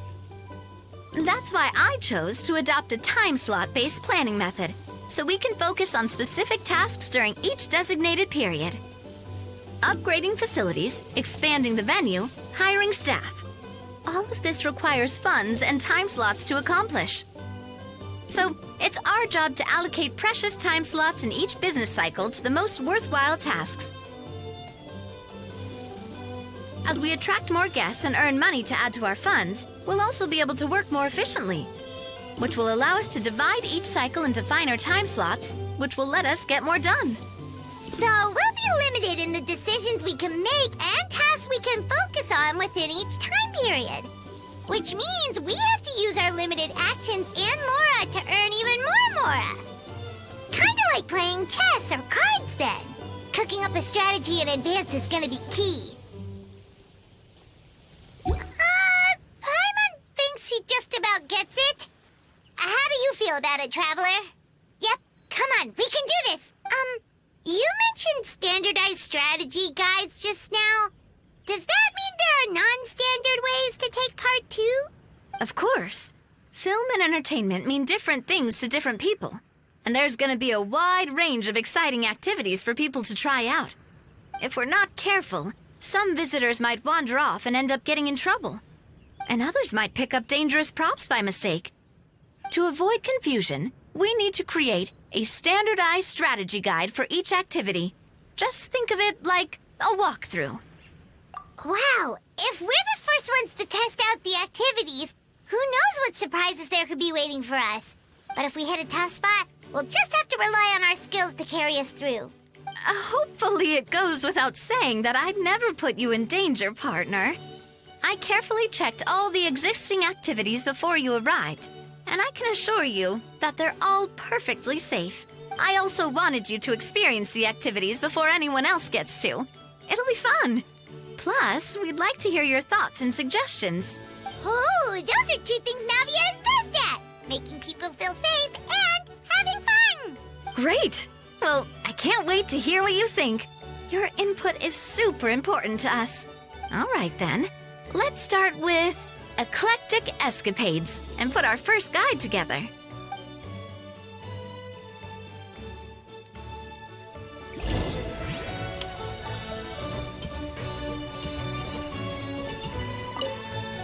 All right, then.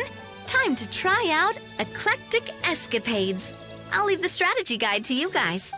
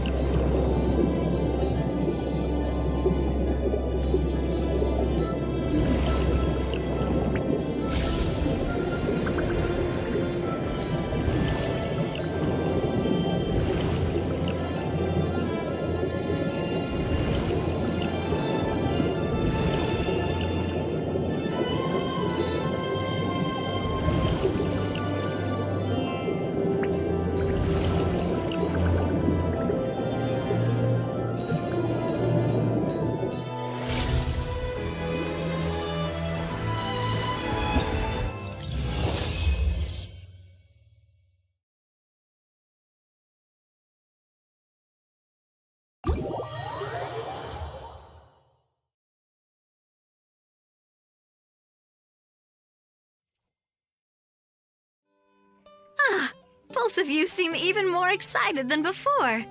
Looks like your first trial run didn't disappoint. Paimon hasn't actually watched that many films, but after trying it out, she might just be hooked. We should check out the film that it's based on. Great job, Paimon. That's exactly what our enthusiast friends were hoping you'd say. They'd be beyond delighted to hear that visitors are curious about the films that inspired these attractions. Some have even been willing to contribute extra funds out of their own pockets. Where budgets have allowed, of course. Out of their own pockets? That's right. While the Spina di Rosula covers the cost of basic booth materials and rental fees, Many fans have personally funded promotional materials and related merchandise. The cost of the booth itself isn't their main expense. Some of them have already started designing spin-off products inspired by film characters. Take our official mascot, Sir Intendant Chevalmoran, for instance. She won second place in the last most popular character poll for the comic film category, and was even dubbed the pinnacle of round, bouncy cuteness. Many people have expressed interest in designing cushions based on her image, using the highest quality fabrics and hiring the most skilled artisans to mass produce them. These cushions will officially go on sale at the next convention alongside lots of similar products.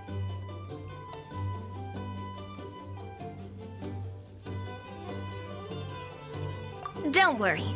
As Sir Intendant Chevalmoran's guardian and official image rights agent, Farina's already getting 60% of the sales revenue. After all, the fans are doing this voluntarily, not for profit, but to promote Sir Intendant Chevalmoran's adorable image.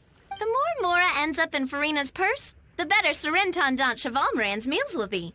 And who wouldn't be happy to hear that? Oh, Paimon likes the sound of that. Everyone working hard for something they all love without worrying about profit. Still, we can't just ignore Mora completely. Whether it's fan creations or official commercial projects, some level of financial balance is still necessary. The same logic applies to the Chevalmoran Film Fantasyland taken as a whole. Once we finish the standardized strategy guides, our attractions can officially be open to the public. But we can't take personal charge of the ticketing process. There's plenty of work to do at the various booths, and the park itself is a work in progress. There's a recruitment section on the park's bulletin board. We've received many applications, and each candidate has their strengths. Our job is to match the best candidates to each attraction based on their overall performance. Once assigned, the staff will keep the attractions running, ensuring a continuous revenue stream. Wait, so we've suddenly gone from being playtesters to heads of human resources? That's definitely a first for us. Just don't hold everyone up to your own standards, okay? You can't expect everyone else to be as capable as you. Alright, time to review some resumes. Fingers crossed we'll get some exceptional candidates.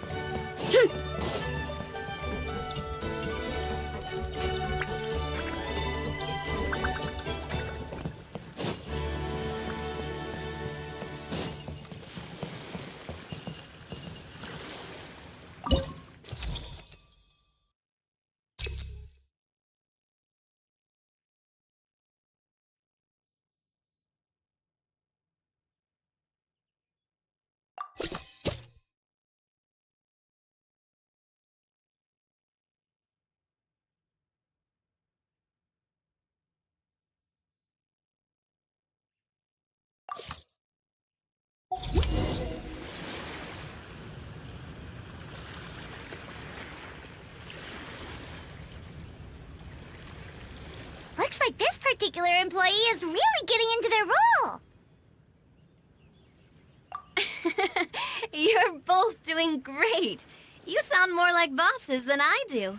In any case, with this, the Chevalmoran Film Fantasyland is now officially open. Running a theme park is a long-term project. You won't make much if you try and rush it. We're just about done with our current work setup, so let's take a short break and wait for this cycle's revenue report to come in.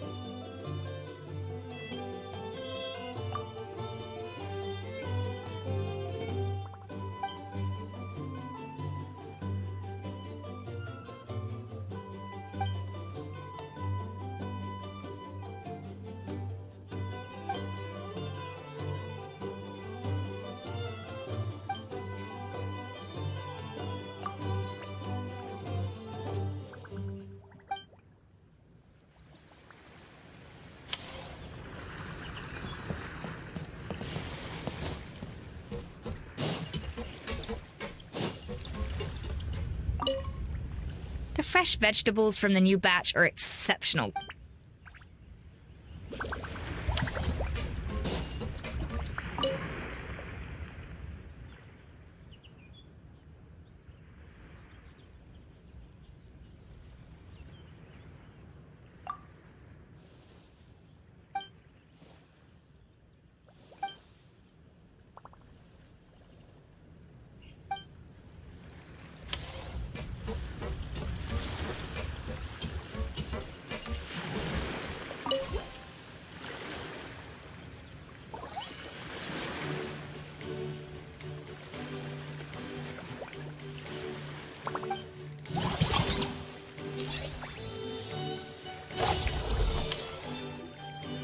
Well, the numbers might not look that impressive, but given that we're just getting the ball rolling, I'd say that wasn't a bad start.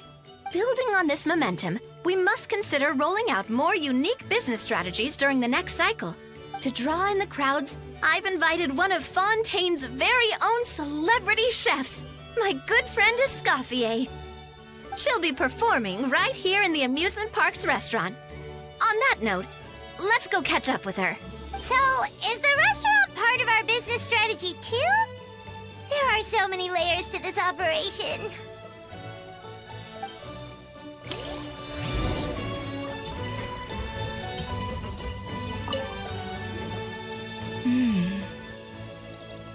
The restaurant is up to standard, and the waterside location will make for a unique dining experience. The beautiful scenic reflections in the water create a stunning backdrop, lifting diners' spirits and allowing them to truly savor their meals. Ingredients, check. Cooking utensils, check. Looks like we're ready to rumble. Hey there, Escoffier! Oh, my employers are here. The president of the Spina di Rasula, plus the famous traveler and Paimon. I must say, you seem a bit overqualified to be running a film-themed amusement park. I'd say that if anyone here was overqualified, it would be the former head chef of the Hotel de Boer. Wherever you walk, the aroma of fine cuisine follows in your wake. Let's get back to business. I'm guessing you want the traveler to help me decide the theme dish for each cycle, right? This is the business strategy I mentioned earlier. Using Escoffier's top-tier dishes to attract more visitors to the park. But this isn't just about attracting visitors. Her culinary masterpieces will surely have other surprising effects. Just imagine, Paimon, if all you needed was a single ticket to enjoy all the attractions and taste all the legendary food. Wouldn't you be tempted? Then Paimon come every single day. Now, here's the twist. To get the most out of this strategy, the menu can't be made public. Based on research by a certain food branding consultant, many restaurants have started offering a special chef surprise dish. So give me some inspiration every few business cycles, and I'll decide on our next theme dish. Now then, give me your hand.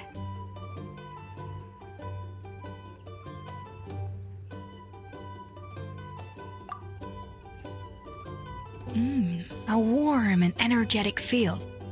Your hands are calloused from wielding your sword, but still quite delicate. When you grasp its hilt, it's like you're holding the bow of a violin. A sword, then. The theme this time shall be strength.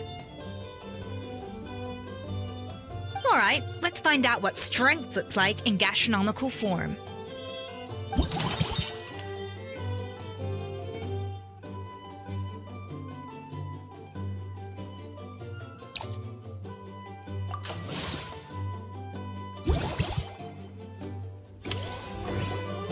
I've refined the sauce for these barbecue ribs.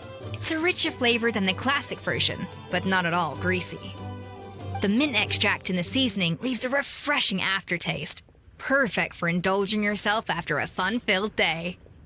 But if you ask me, I'd say the artisans need these more than the guests. The artisans? As I'm sure you've noticed, this park isn't quite finished. A serving of these barbecue ribs should help the artisans replenish their strength much more quickly. As their bosses, you have an obligation to provide meals for them. So why not invite them to dine here? Who knows? The morale boost might even improve their productivity. Oh? If I recall correctly, you once served up some special fish and chips for the porters over at the Fleuve Centre. For several days after, the workers were all incredibly efficient. They'd finish 8 hours of work in just 5. And then, because they clocked out early, they'd come back completely refreshed the next day. Then there's no time to lose. Go invite the artisans over while these ribs are still hot. I'll prepare some side dishes and desserts too. That's a great idea! You really live up to your reputation, Escoffier. Looks like these themed dishes are gonna make a huge difference after all. We'll have to make sure we check in with you regularly. The artisans are pumped and ready to roll thanks to that themed dish. And perfect timing, too. Let's take this chance to take the facilities of our eclectic escapades to the next level. That unique aroma. I wonder how you'll inspire my cooking this time. I'd say it's quite similar to working at the tavern in the Fleuve Centre. There's something special about seeing diners' faces light up when they taste your food. You don't get that working in the closed-off kitchen in a grand hotel. If something like this comes up again, just call me. Don't worry, we know each other. No commission fee needed. I won't take a single mora.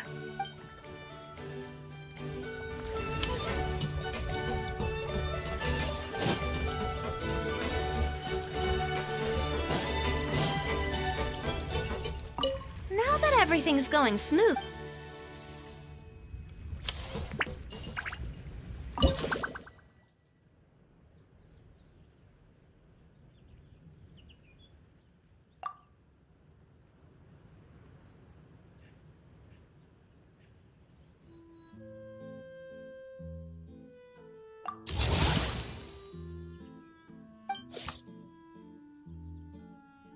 we should be able to attract more customers by upgrading the stall, don't you think?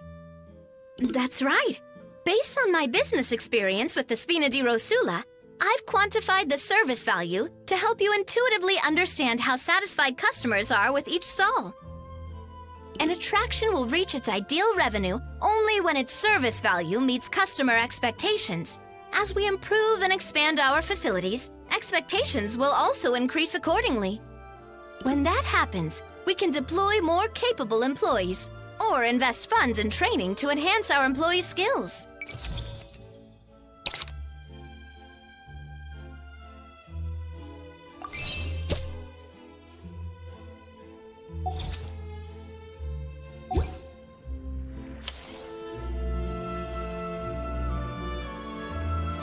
Whew, that should be everything. Looks like you've pretty much mastered how to run this park. Huh? Have we really? Thinking about it, we have learned quite a lot, haven't we?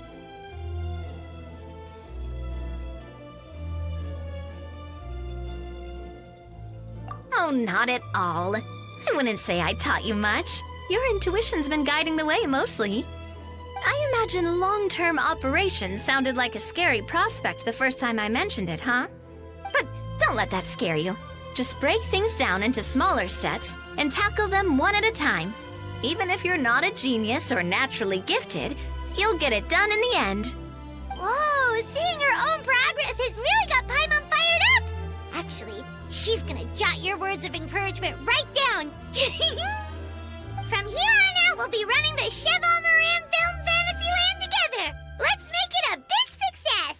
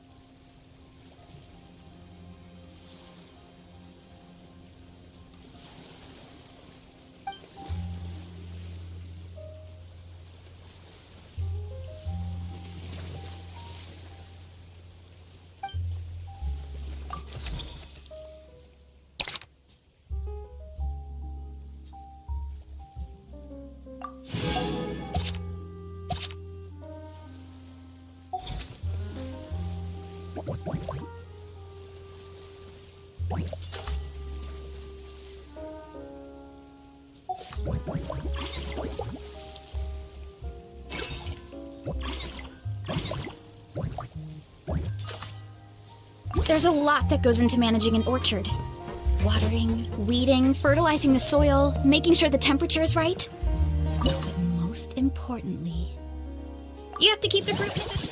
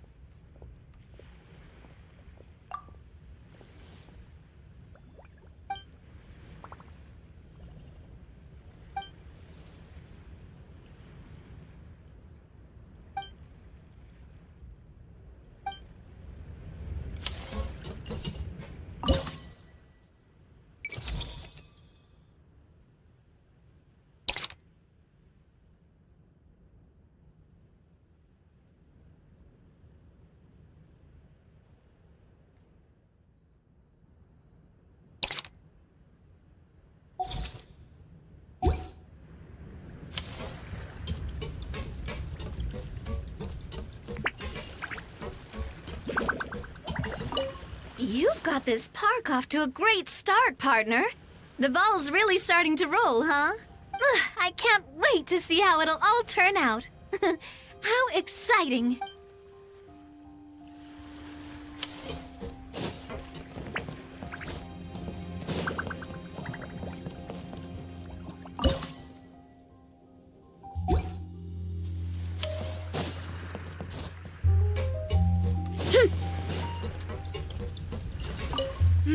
That unique aroma.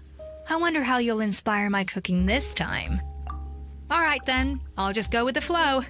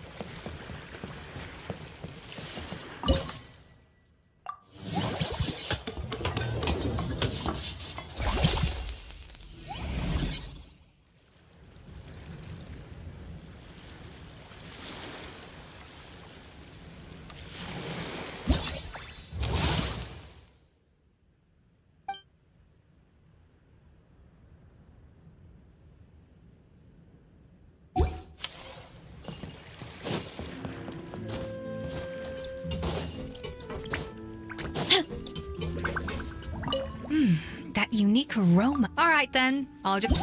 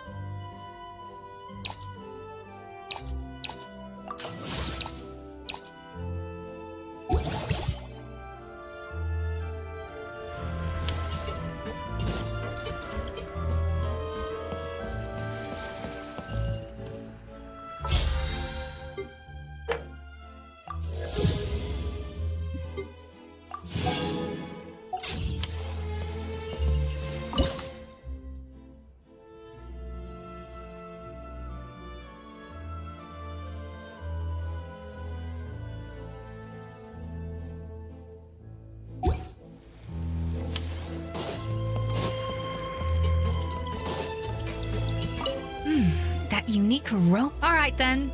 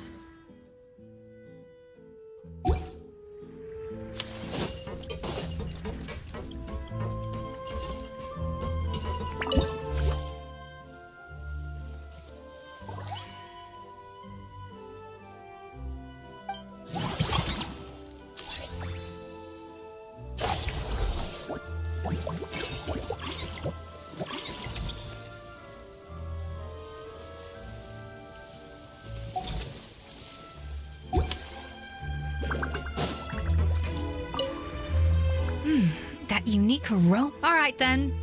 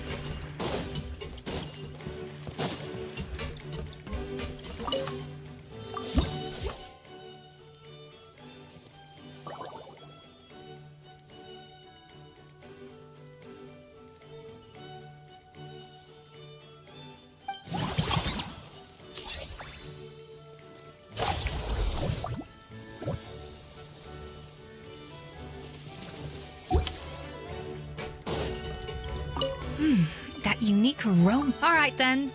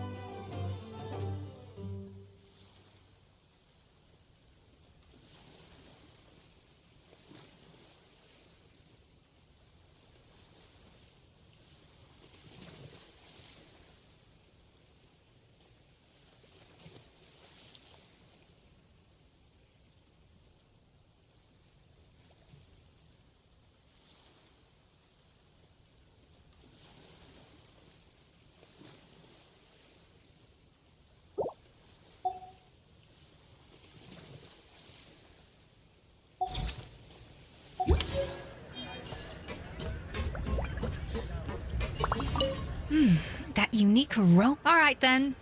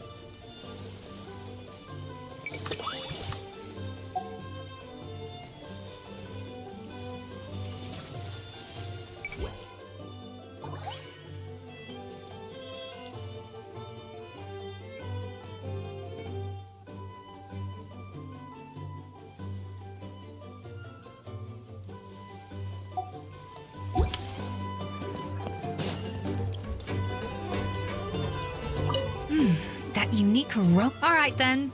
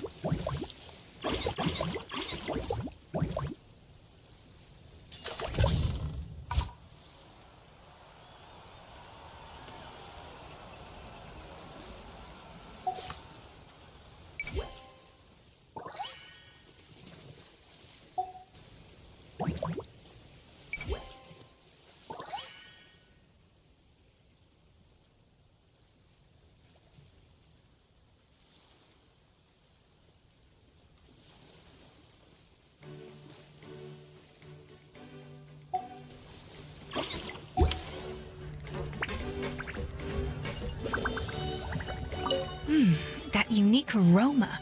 I wonder how you'll inspire my cooking this time.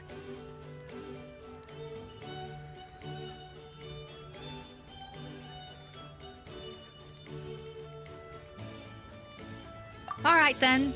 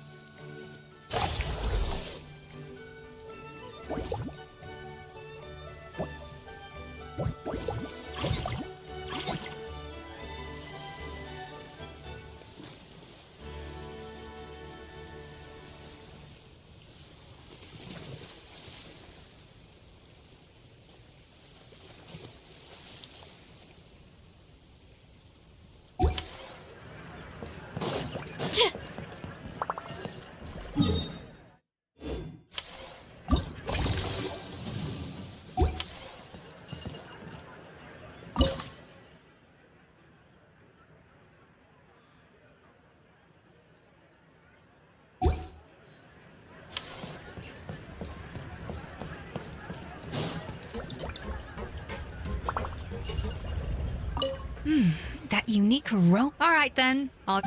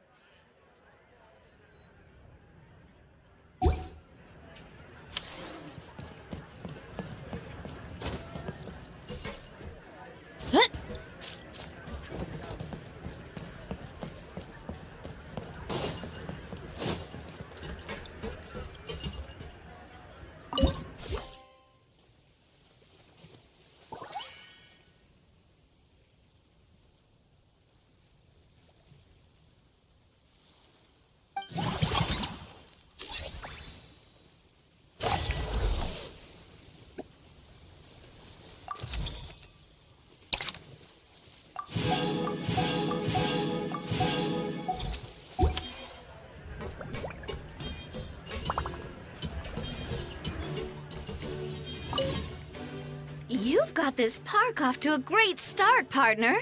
The ball's really starting to roll, huh? I can't wait to see how it'll all turn out. How exciting!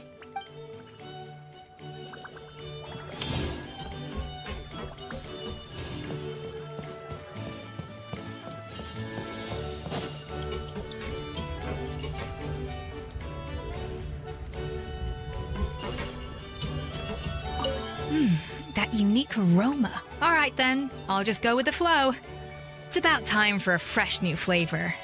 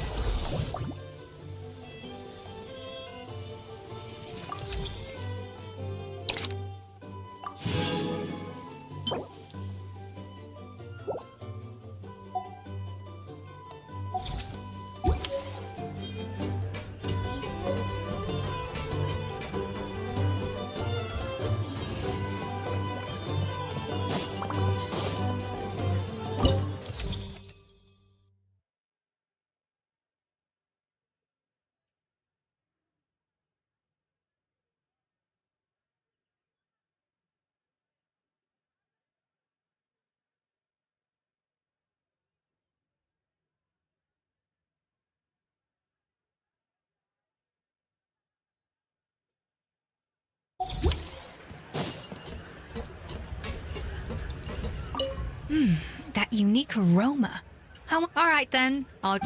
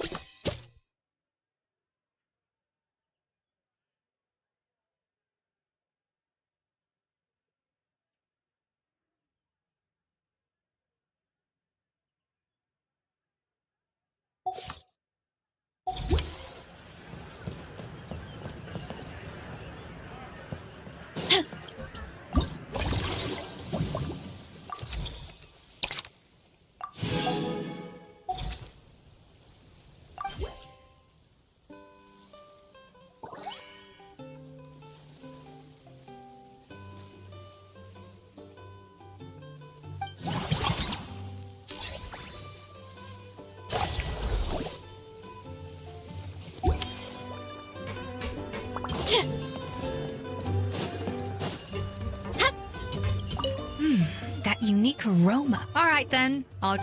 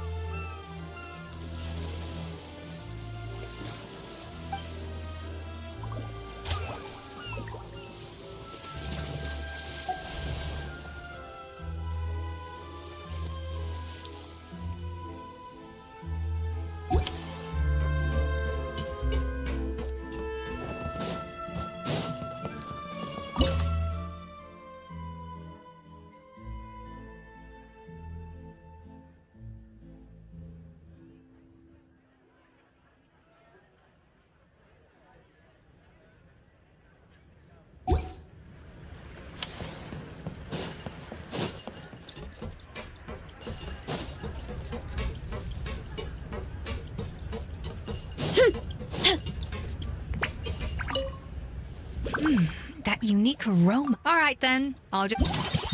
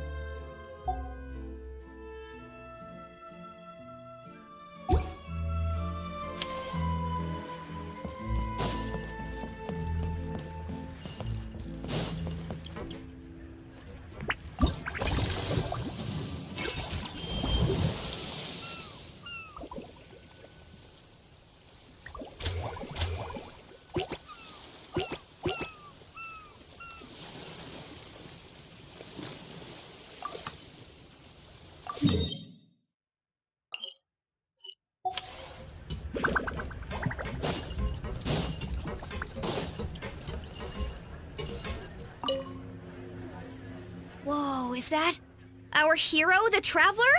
And Paimon, too! Oh, I guess I shouldn't be too surprised. Mrs. Coiffier already told me you were the big boss here. But when I saw you just now, I forgot myself for a moment. Tactically speaking, the Cheval Moran Film Fantasyland doesn't even have a boss, does it? Isn't it the idea that everyone works together to make it as successful as possible, and then we all share the profits? But, wait a sec. Why are you here, Veressa? Well, officially, I'm here to promote my brand. Not long ago, Mrs. Coiffier placed an order with me for her restaurant, as she often does. In her letter, she mentioned that showcasing my orchard's products at the festival would boost sales and help build my brand recognition. After talking it through with my parents, I decided to give it a shot. Now that I'm done with the restaurant's ingredient order, I plan to sell the rest of my fruit directly to guests to help quench their thirst, of course. The thought of enjoying fresh fruit from Natland here in Fontaine does sound pretty appealing. But with this many customers, wouldn't it be exhausting to watch the stall all day? Huh? Am I supposed to be watching the stall the whole time? There's an attraction over there called Movie Masterpieces, right? I heard some of the challenges are based on famous films. Some of those films have even been adapted into great comics. I'd love to go give it a try. So, you're not doing any business at all? Back in the Collective of Plenty, I'd just set up a sign with the fruit prices, place a weighing scale and a coin jar to one side, then let people pay on their own. When closing time came around, I'd wake up and check the accounts. Not a single Mora's ever gone missing. To be fair, that does sound nice. People in the Collective of Plenty are a law-abiding bunch. No one would even think about taking something without paying. Makes sense that tending your stall wouldn't take too much effort. Fontainian customers are no doubt trustworthy too, but let's just say they're not used to self-service shopping. Plus, if you just leave the stall unattended as a Natlanese merchant, people here might think you're gone for good. In that case, I'd better start acting the part. But I'll need to buy some things in the city before I officially open for business. I promised to bring back some Fontainian clockwork mecha for Kochi-san. Oh, and I also wanted to try a few rounds of movie masterpieces. After that, I should be able to focus on my business without getting distracted. We might not be locals, but we've explored Fontaine quite a bit. We know our way around pretty well. In that case, give me a moment to get some extra fruit, a price list, and my coin jar set up. I get to go shopping with the Traveler! Nice.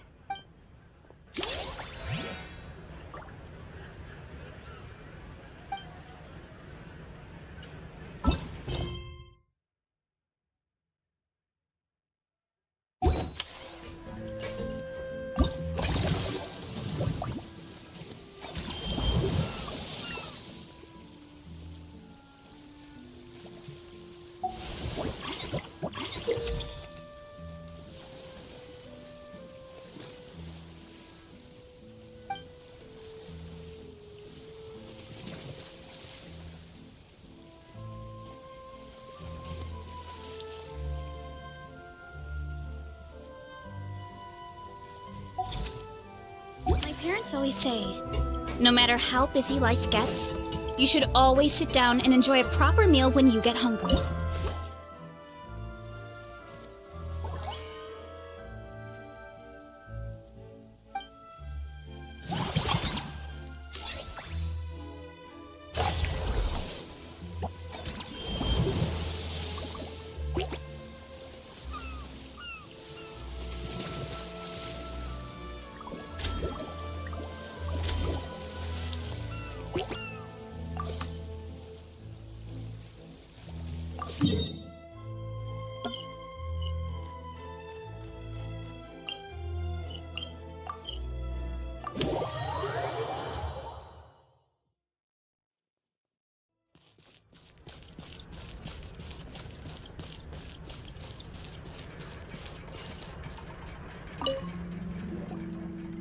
Hello, boss.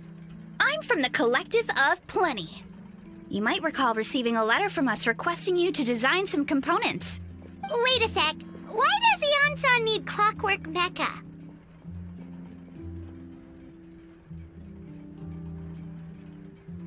Nothing like that. Our coach just wants to fine-tune her gym equipment so people can target different muscle groups more easily. She mentioned something about a rowing machine to focus on back muscles, as well as a pec deck and a leg press machine. The parts that connect the ropes and weight plates wear out easily, but they need to be strong. So Coach Ion-san thought she'd give Fontanian Clockwork Mecha a try. It all sounds so technical. When did fitness turn into some kind of complex engineering problem? To be honest, I don't really get all the details either, but if it works out, I'll be sure to train according to her revised method. And if it doesn't, we can always stick to the good old methods. If you're interested, I can show you a few beginner exercises the next time you drop by our tribe. You'll be able to smash the records without even breaking a sweat. I know it. Paimon will pass on that one. She'll be rooting for you from the sidelines, though. You can always try the equipment we keep for little Saurians, Paimon. As long as you start out with the super lightweights, you'll be fine. Weight training's for everyone, you know. As long as you put in the effort and keep it, anyone can develop rock-solid muscles. No!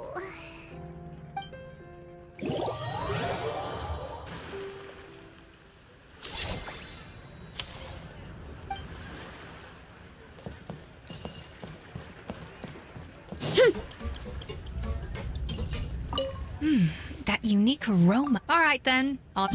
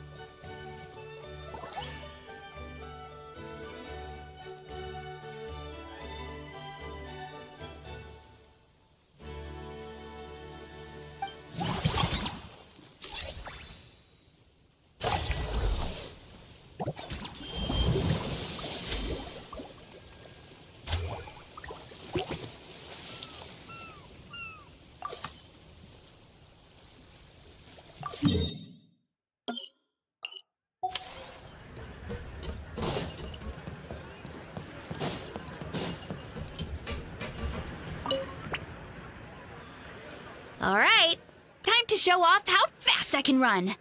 I'm gonna go have a blast, then come back, calm down, and focus on running my fruit stall. That's right. Last thing you'd want is to get too absorbed in having fun, then suddenly realize you're starving because you haven't eaten anything for hours. Funnily enough, Paimon can think of someone else with a bad habit of getting so into things that they forget to eat. No matter how busy you are, nothing's more important than staying well-fed, hydrated, and healthy. No need to worry about me, guys. I do a lot of long-distance running, so I always make sure to bring some food and water with me. This time is no exception.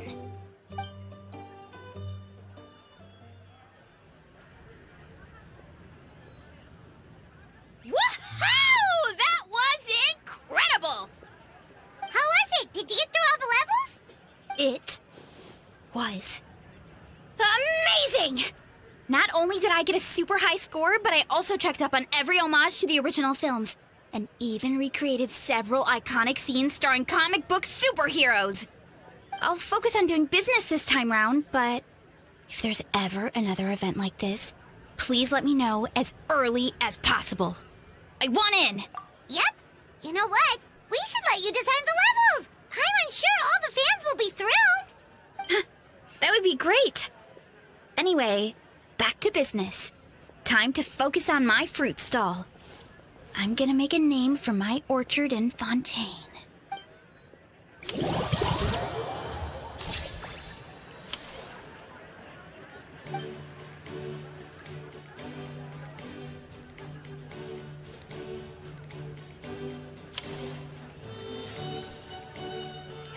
Seeing how happy everyone is here, I can't help smiling myself. Would you like some fruit? Feel free to take some.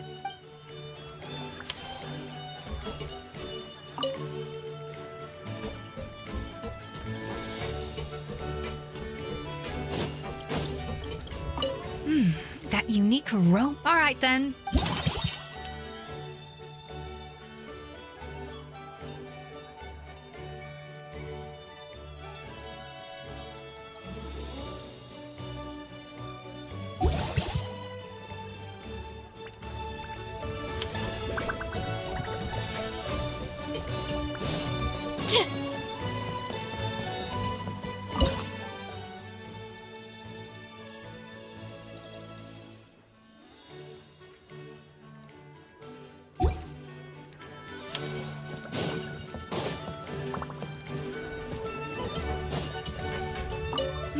That unique aroma. All right, then.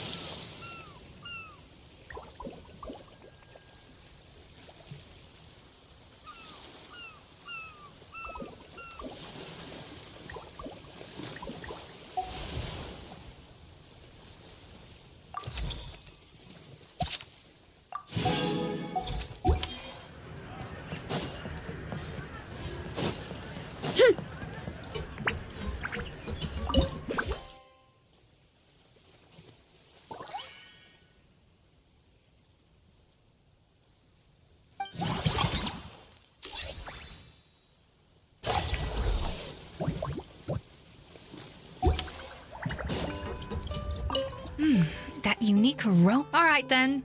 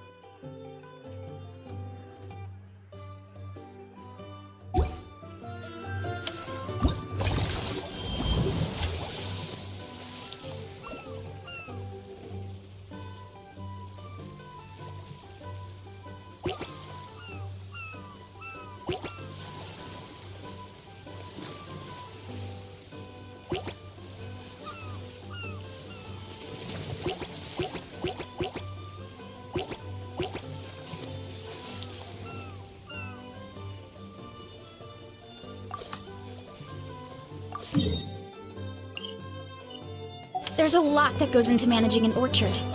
Watering, weeding, fertilizing the soil, making sure the temperature is right.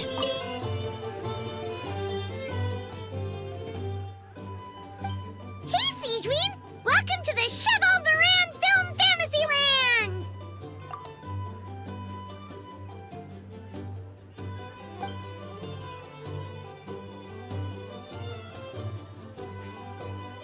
Oh, your encouragement leaves Paimon feeling even more motivated than ever!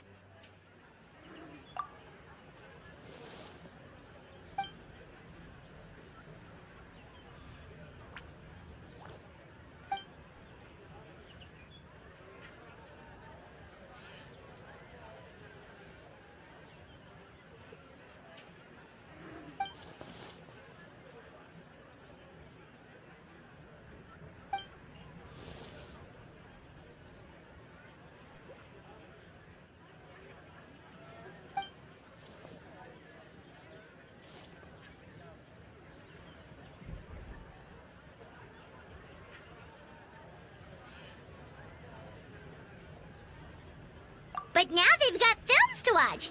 Even the ones who used to cause trouble might settle down a bit, right? We have our very own animal-themed area, by the way. We call it Mellow Manor. Customers are calling it the most relaxing place in the park.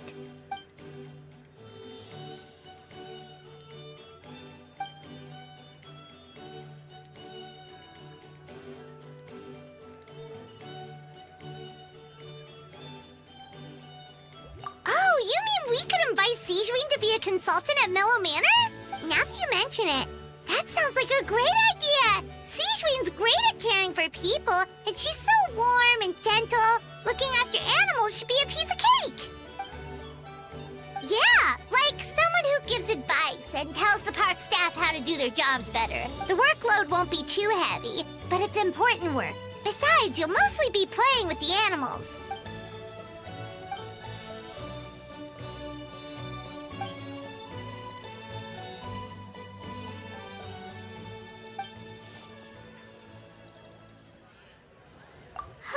With Siegeween on board, Mellow Manor's gonna be even better than before! Paimon has a feeling our revenue's gonna shoot through the roof!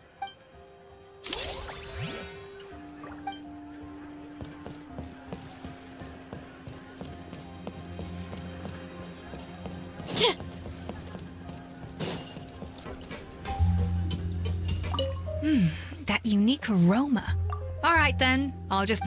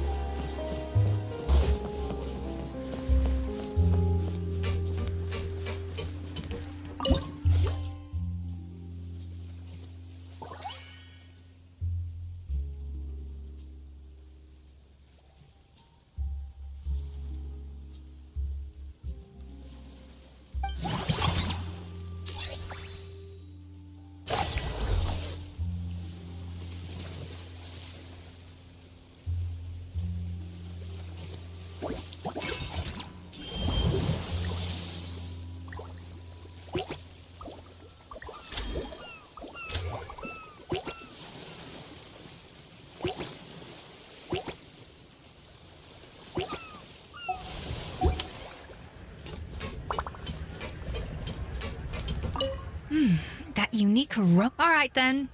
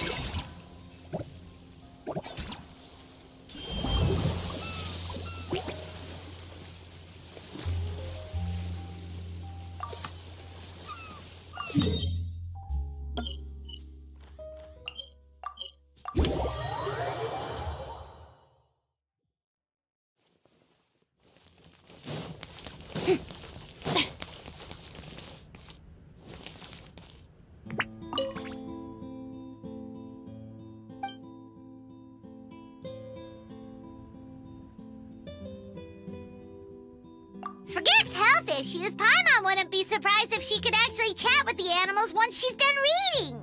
Oh, wait, head nurse, please don't go. Phew, boy, am I glad I caught up with you. One of the inmates has become obsessed with those magical mouse munchies from the animated films you've been showing them, and tried making some himself with 3 days' worth of welfare meals. He ended up giving himself food poisoning, with symptoms we've never even seen before. Please, we need your help.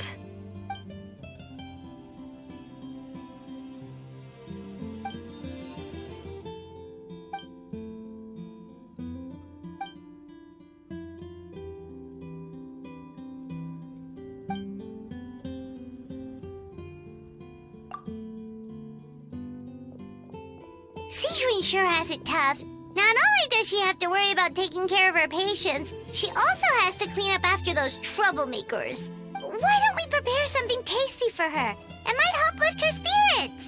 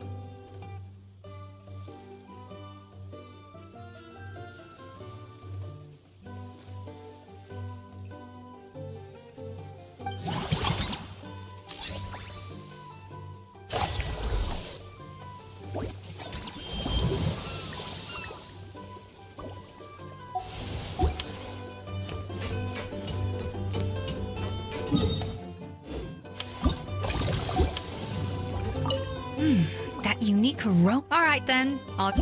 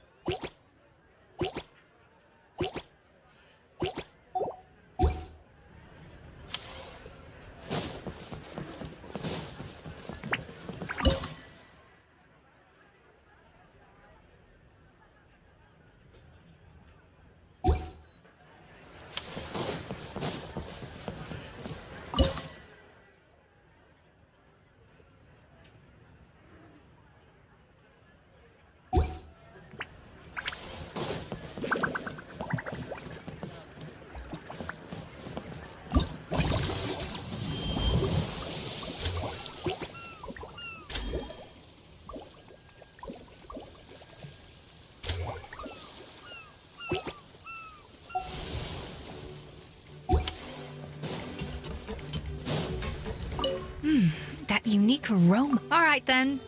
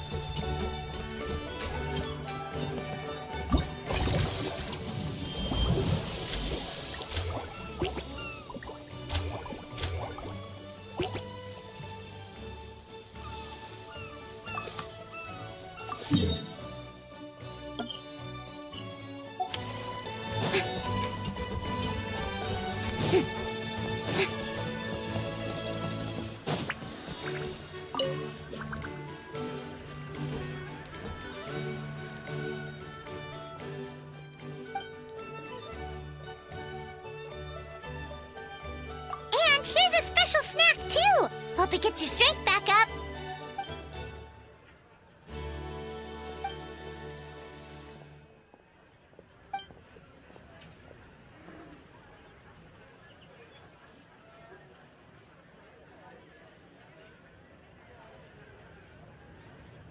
Is it because they aren't paying any attention when they're watching?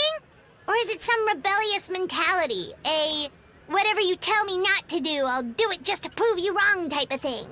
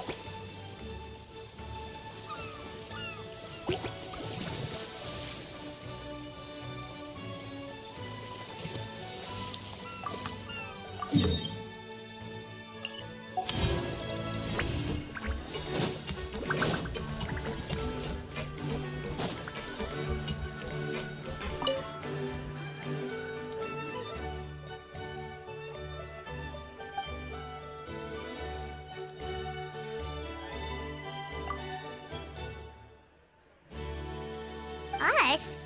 Wait, but Paimon hasn't seen Linny anywhere!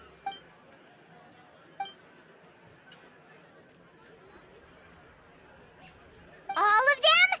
That's some serious dedication right there.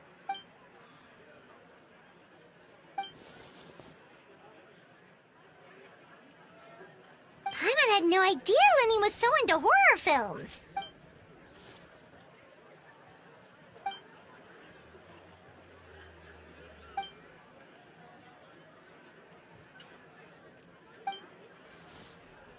Well, that's a side of Linny we've never seen before. Don't even think about roping Paimon into this!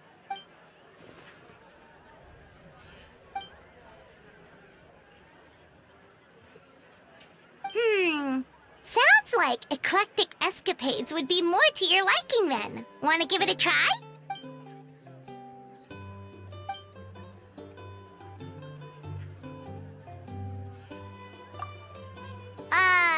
Is that really that entertaining? Still, if you're interested in the attraction, why not become a consultant? That way you'd get to see more of the visitors' reactions too!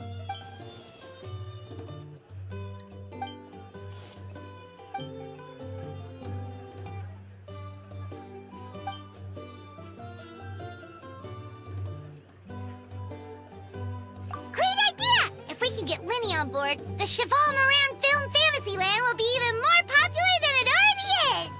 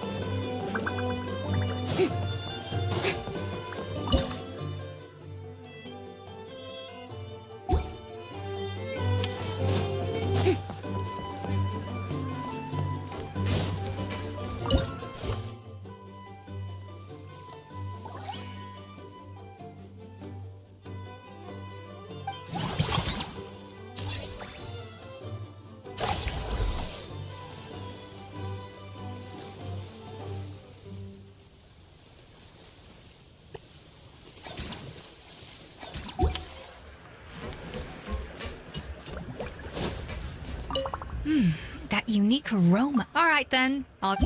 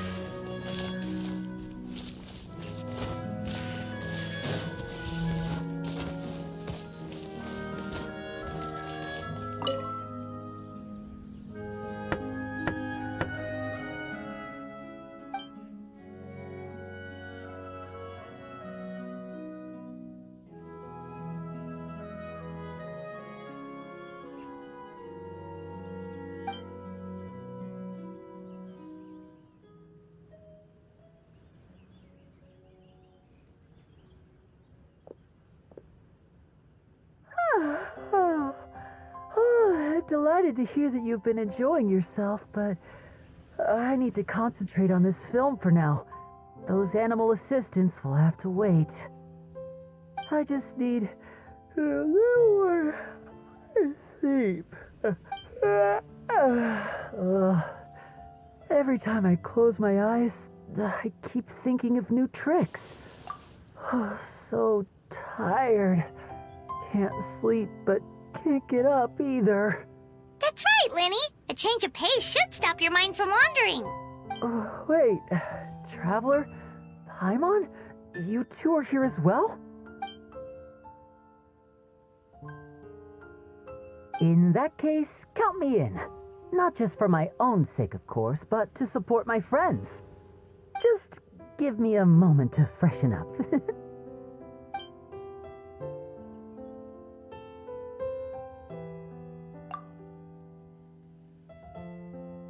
Sounds good! Getting Lenny to cheer up and visit the amusement park's surely our greatest success yet!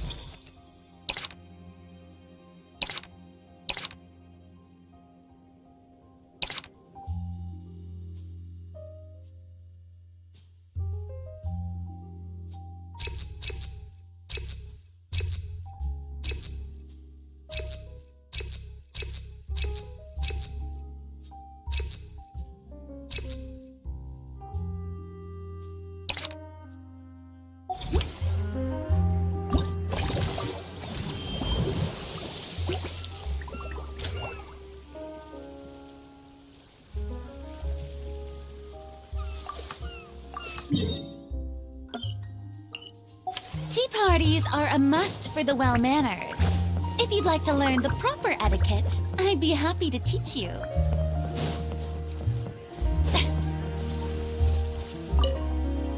Earlier on, that lady with the pink hair took a picture of a Hao and Kakuku together.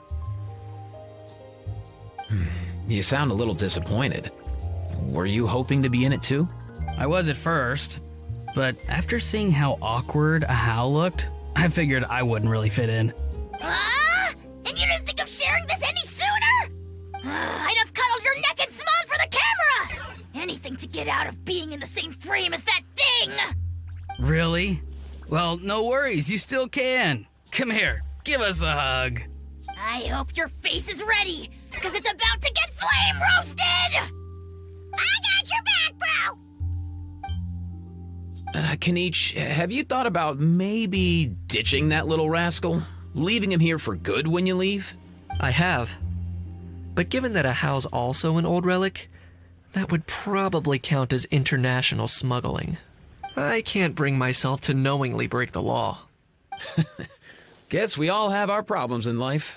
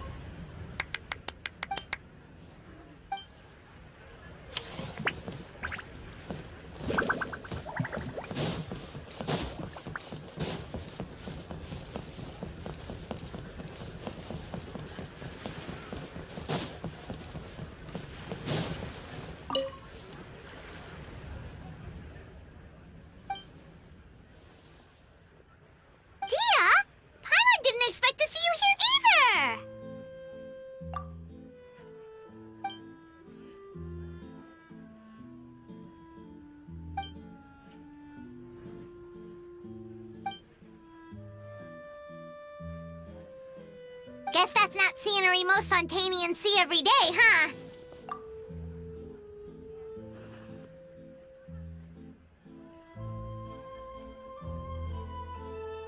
Wait, aren't fight scenes supposed to be as realistic as possible? Surely the more punches that land, the better.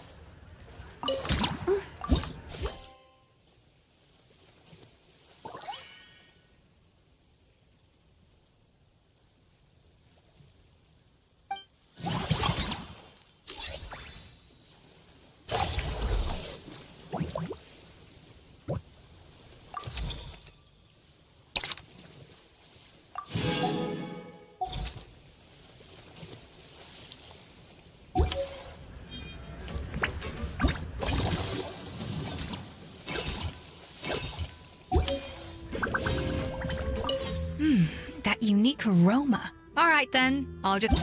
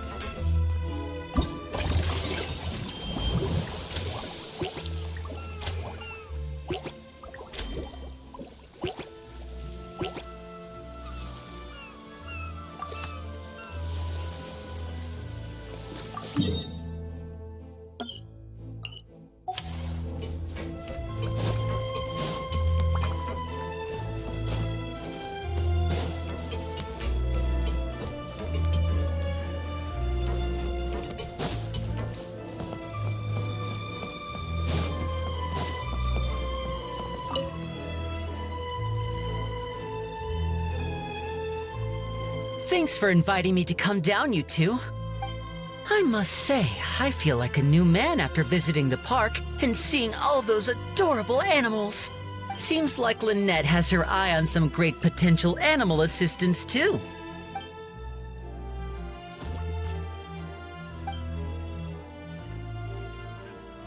Oh, and did you see those weird mushrooms? Can we take home a few of those as well? That might not be possible. These fungi have been specially trained, you know? They're like the stunt actors of the elemental world. Are you sure about that? Paimon's pretty sure we've never seen a cat anywhere near as big and as soft as a fungus.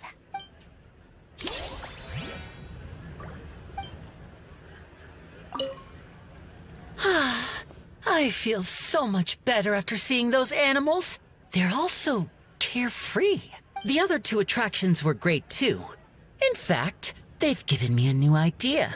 An interactive magic show with a moving stage. We'll start working on it as soon as we've finished filming.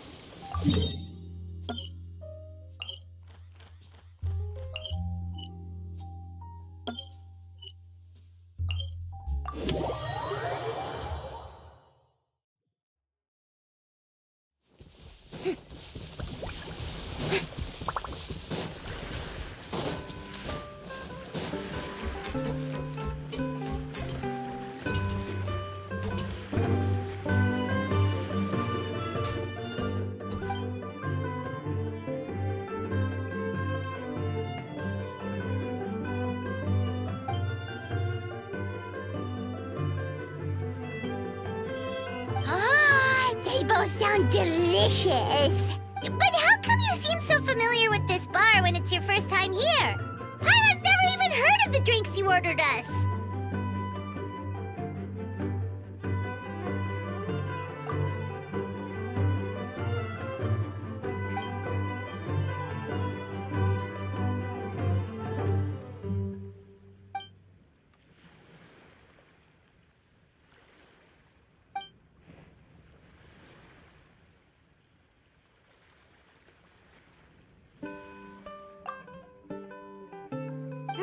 Where do we begin? Literally everything that's happened has been pretty incredible, if you think about it.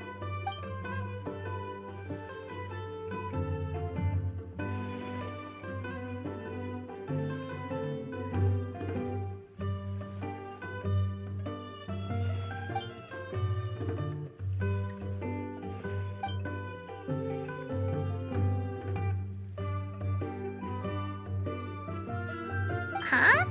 So we could become mercs too?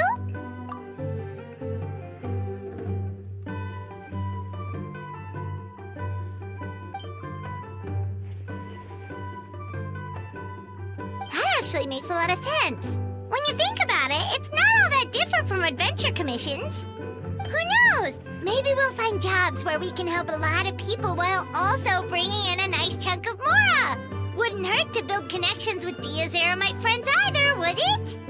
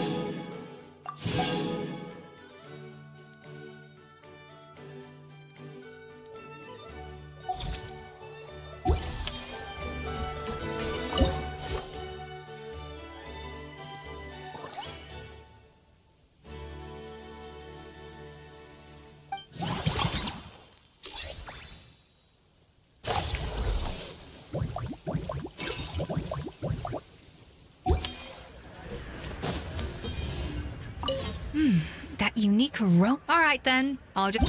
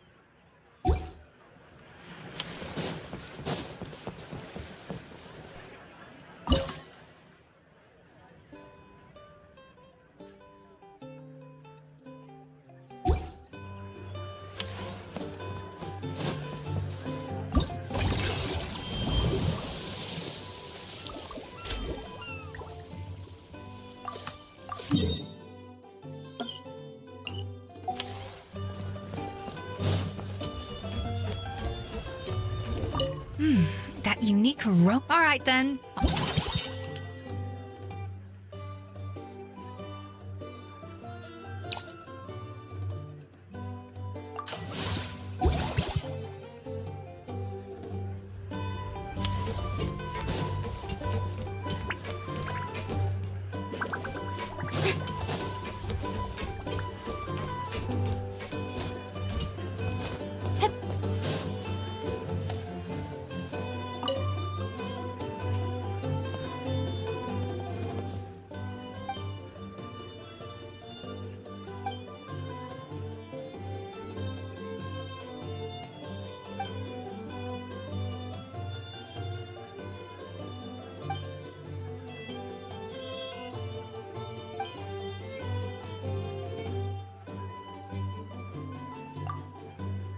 You're so quick, Dia!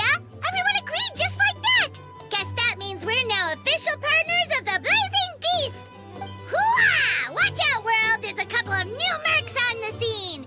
Maybe Paimon should give herself a proper mercenary name.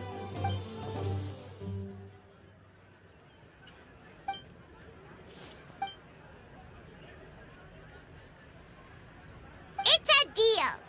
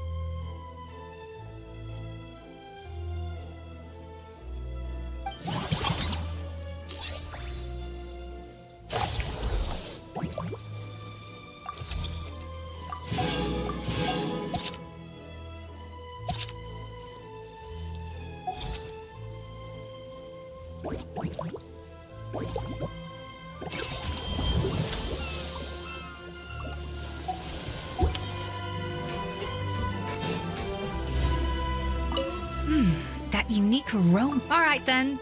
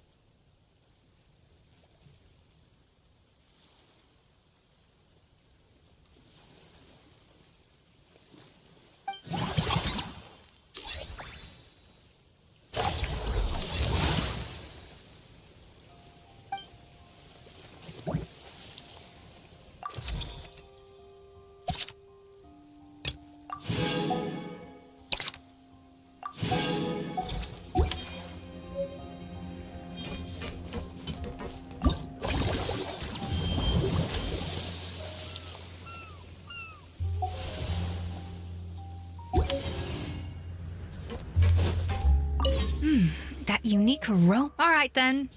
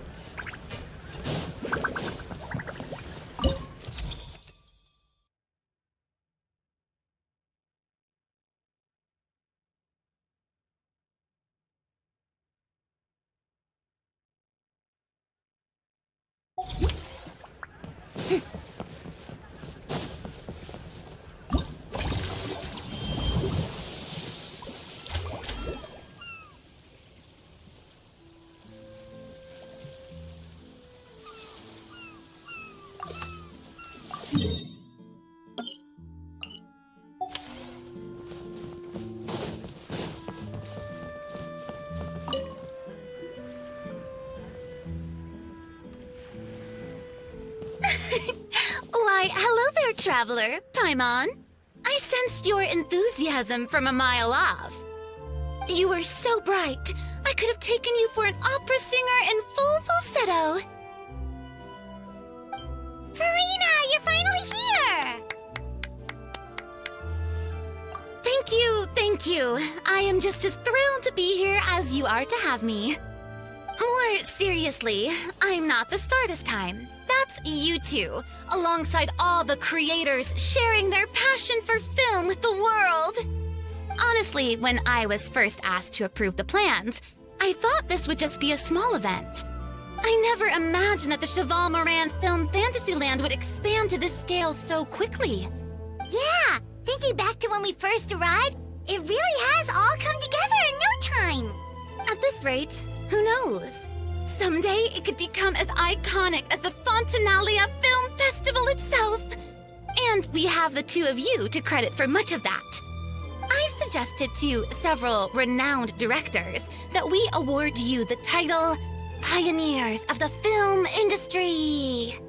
In contrast to the Farina Award, which is more of a public honor, this title is a mark of true recognition from within the industry itself, a reflection of both outstanding achievement and hard work. Wow, even you're getting serious now. Come now, no need for any of that. Just relax and enjoy the moment. Speaking of which, I've actually been preparing a little survey. How about we randomly select some visitors to give us feedback about the park? Did Paimon hear that right? Farina carrying out a customer satisfaction survey? Well, given that it bears the name of my dear friend Surintendant Cheval Moran, isn't it only natural that I conduct a bit of research on her behalf? Besides, the more famous a star becomes, the the more important it is to stay in touch with reality, no? Plus, it's amazing how much you learn just by listening to other people's take on films. Paimon always assumed celebrities just get their assistants to handle everything for them. But it sounds like it's actually pretty hard work. Then again, maybe Farina's just an outlier.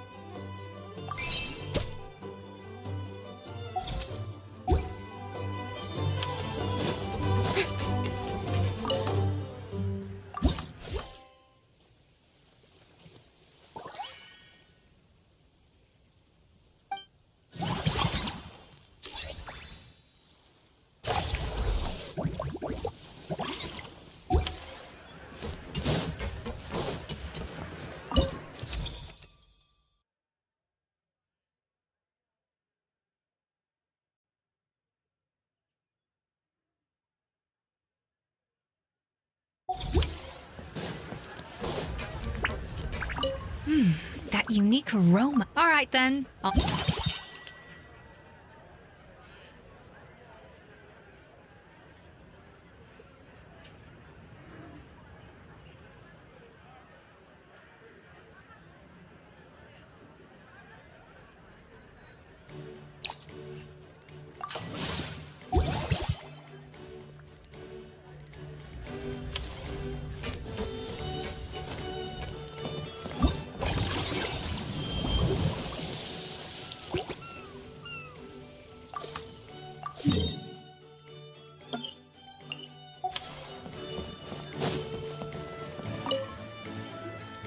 There we are, all set to go.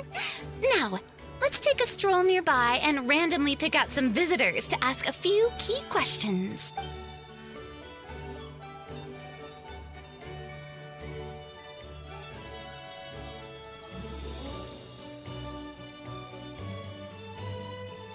These suggestions are surprisingly detailed. Choosing film prototypes, recreating the scene cutting process, budget management for costumes, makeup, and set design? Oh, Paimon's head is spinning. Why is everyone so professional? Also, nearly every single person we spoke to said they wanted to see Lady Farina perform. Your popularity is off the charts! To tell you the truth, I've no plans to perform this time around. Any star worth their salt knows their role. When I take center stage, all the spotlights are on me, and rightly so. But as a guest, I should step back and let others shine. So instead of performing myself, I'd prefer to support you from behind the scenes. Perhaps as a consultant for one of your attractions, for instance? Hey, that's right! Movie Masterpieces is all about film expertise. There really would be no better candidate than you. this role my very heart and soul. Once I've had a moment to prepare, we can meet up for a slice of gâteau from my pâtissière suprême before we get started.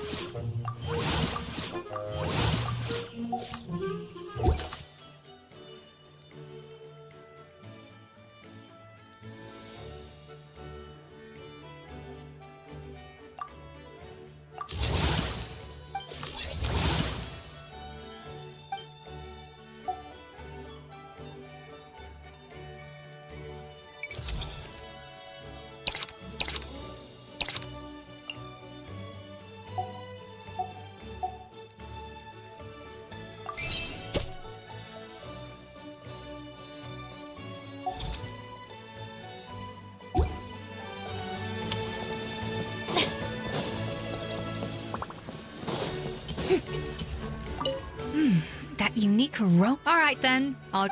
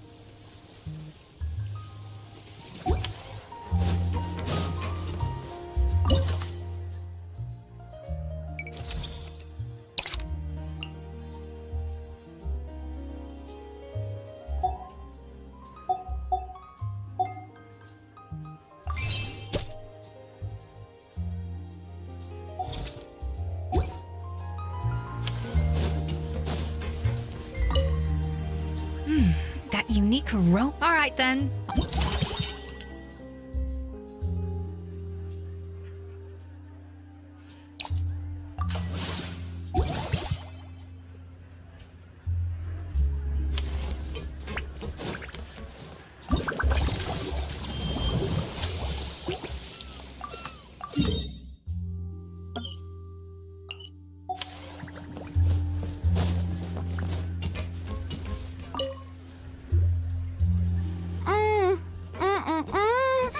Simply exquisite. As amazing as ever.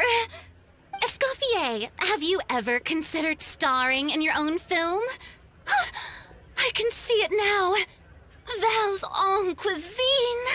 A riveting tale about the art of extreme cooking. I'm sure it would be a hit. As it happens, I'm already doing something similar. A brand consultant has been filming my training sessions with students and incorporating them into films about Fontainian cuisine. Oh, no. No. A documentary won't do. I'm talking about something with a bit more drama. Your experiences as a chef could be turned into a scintillating story. In fact, I'll even write it myself.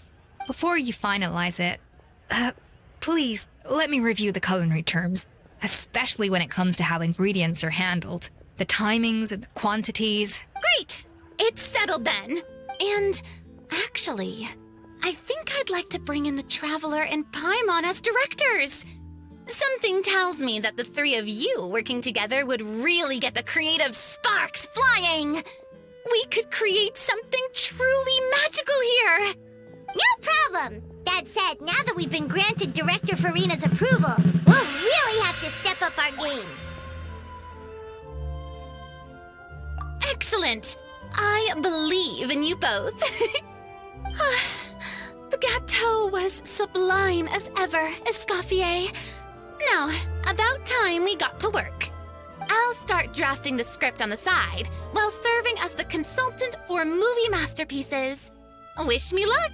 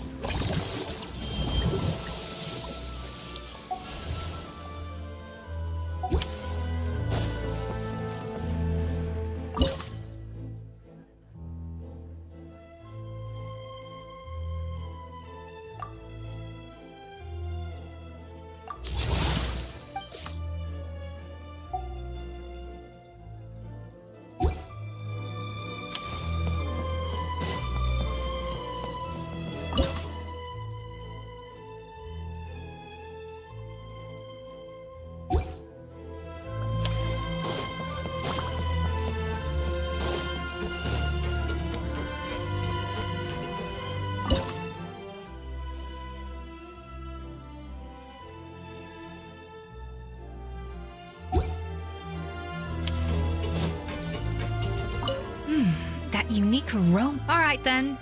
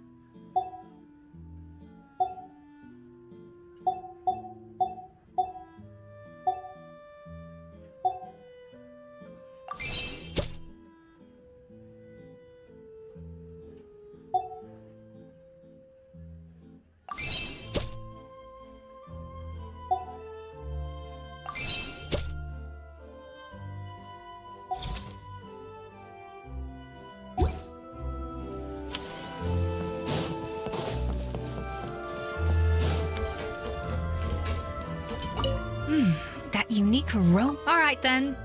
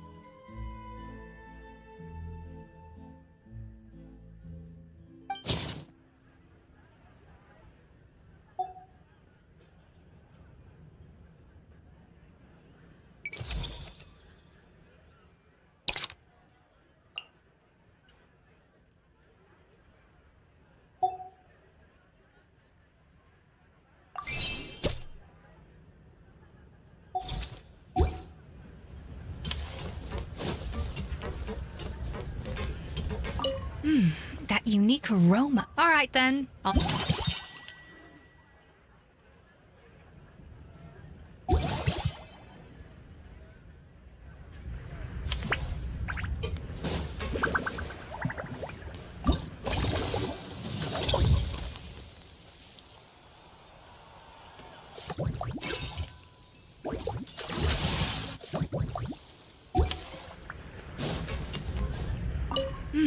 That unique aroma. All right then.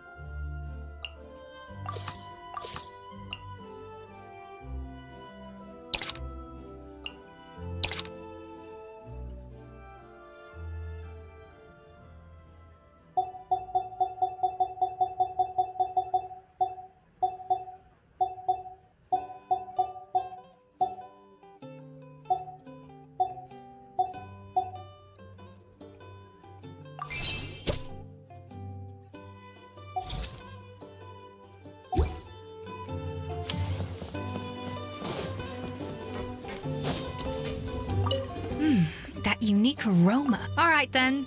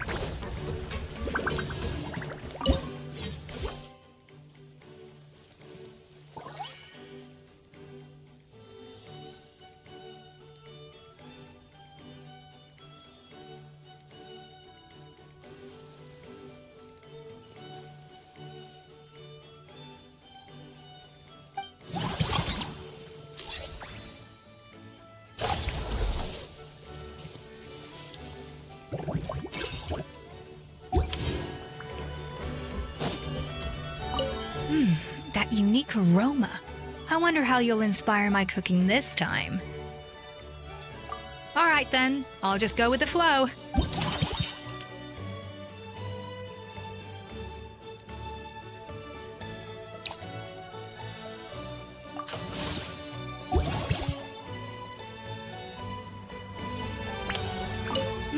That unique aroma.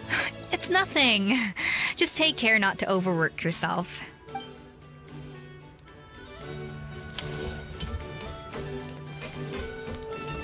A truly great adaptation must capture a film's core themes and seek to convey the inspiration that lies behind them. The 3 attractions are certainly all up to par, and I trust that you'll be able to make them better still. To enhance our film's aesthetic, I'd recommend a few classics for you to familiarize yourself with. Or, if you have the time, maybe we could watch them together?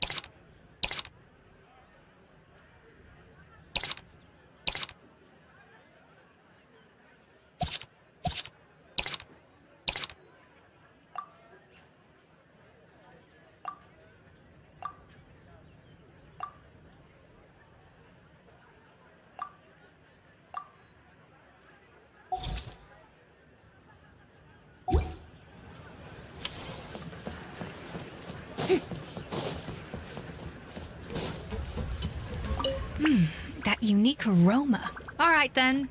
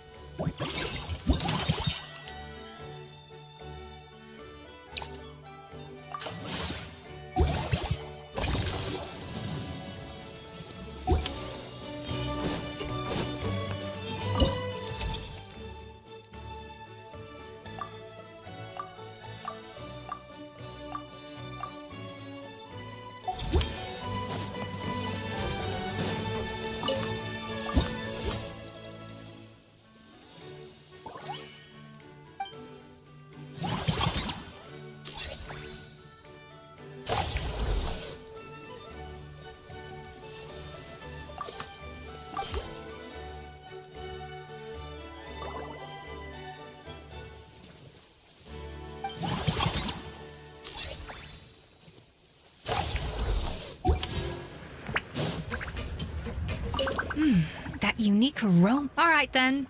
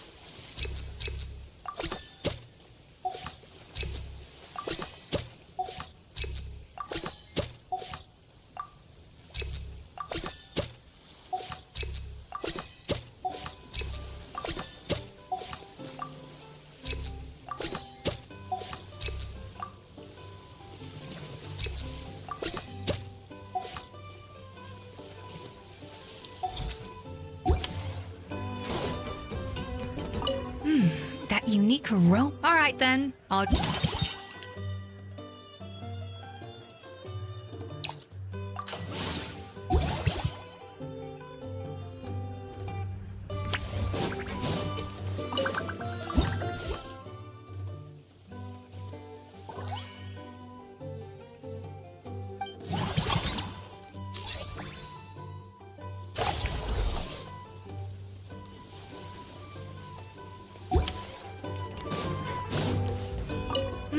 That unique aroma. All right, then.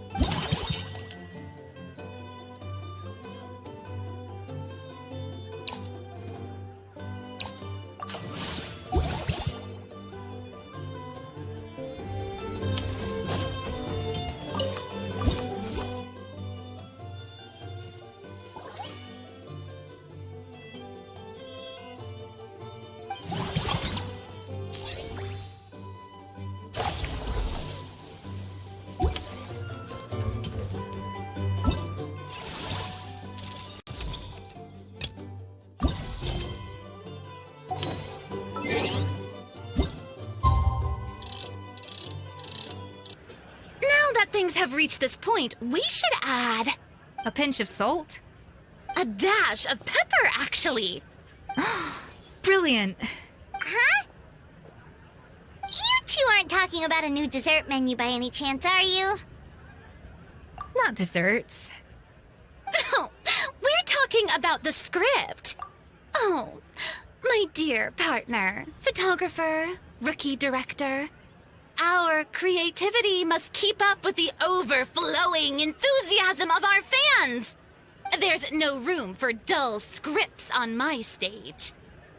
Plot twists should strike the audience like a cloud of pepper, leaving them sneezing in surprise. Achoo! The same logic applies in catering. I once heard Miss Emily mention that pepper could be used in perfumes. Perhaps I could find a way to make it work in desserts too. A peppery kick to complement the delicate sweetness of cream, perhaps. Wow, the two of them seem to be working together so well. Paimon's struggling to imagine what a pepper cake would taste like, though. Well, well, what do we have here? Escoffier's making a new cake? Oh, how exciting! When it's ready, do let me know. I'd love to try it. Is it just Paimon, or does it seem like everyone's even more enthusiastic now that they've finished their work? Why shouldn't they be? When your hard work pays off, that's when you should celebrate. It's like a batch of fresh macarons. You should never let fear of sweetness stop you from adding all the filling you please. After all, if there's ever a time to pile on the sugar, it's when you're making macarons. Pile on the sugar! Pile on the sugar!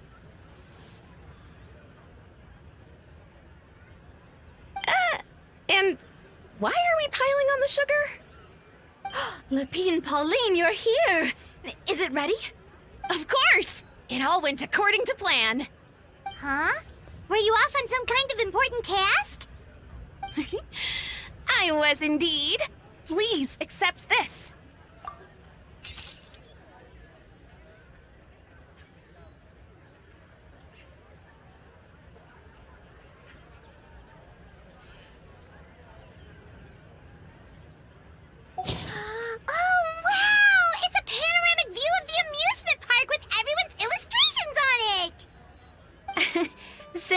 Realm Fantasyland has been such a success, we decided to create a unique souvenir to remember it by. We built this park together brick by brick, so we decided we'd all contribute to drawing this map together too. To be fair, it was mostly thanks to Miss Lapine Pauline. She's our expert when it comes to drawing after all. But we all did our best to leave our own marks too. That's right! And on top of that, Traveler, I'm offering you a most special privilege. You get to add a mustache to my portrait!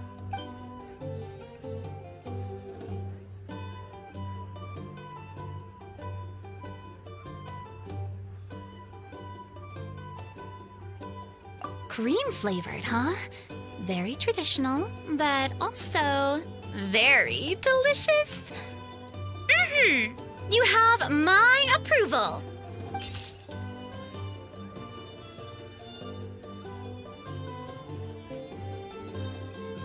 All right then.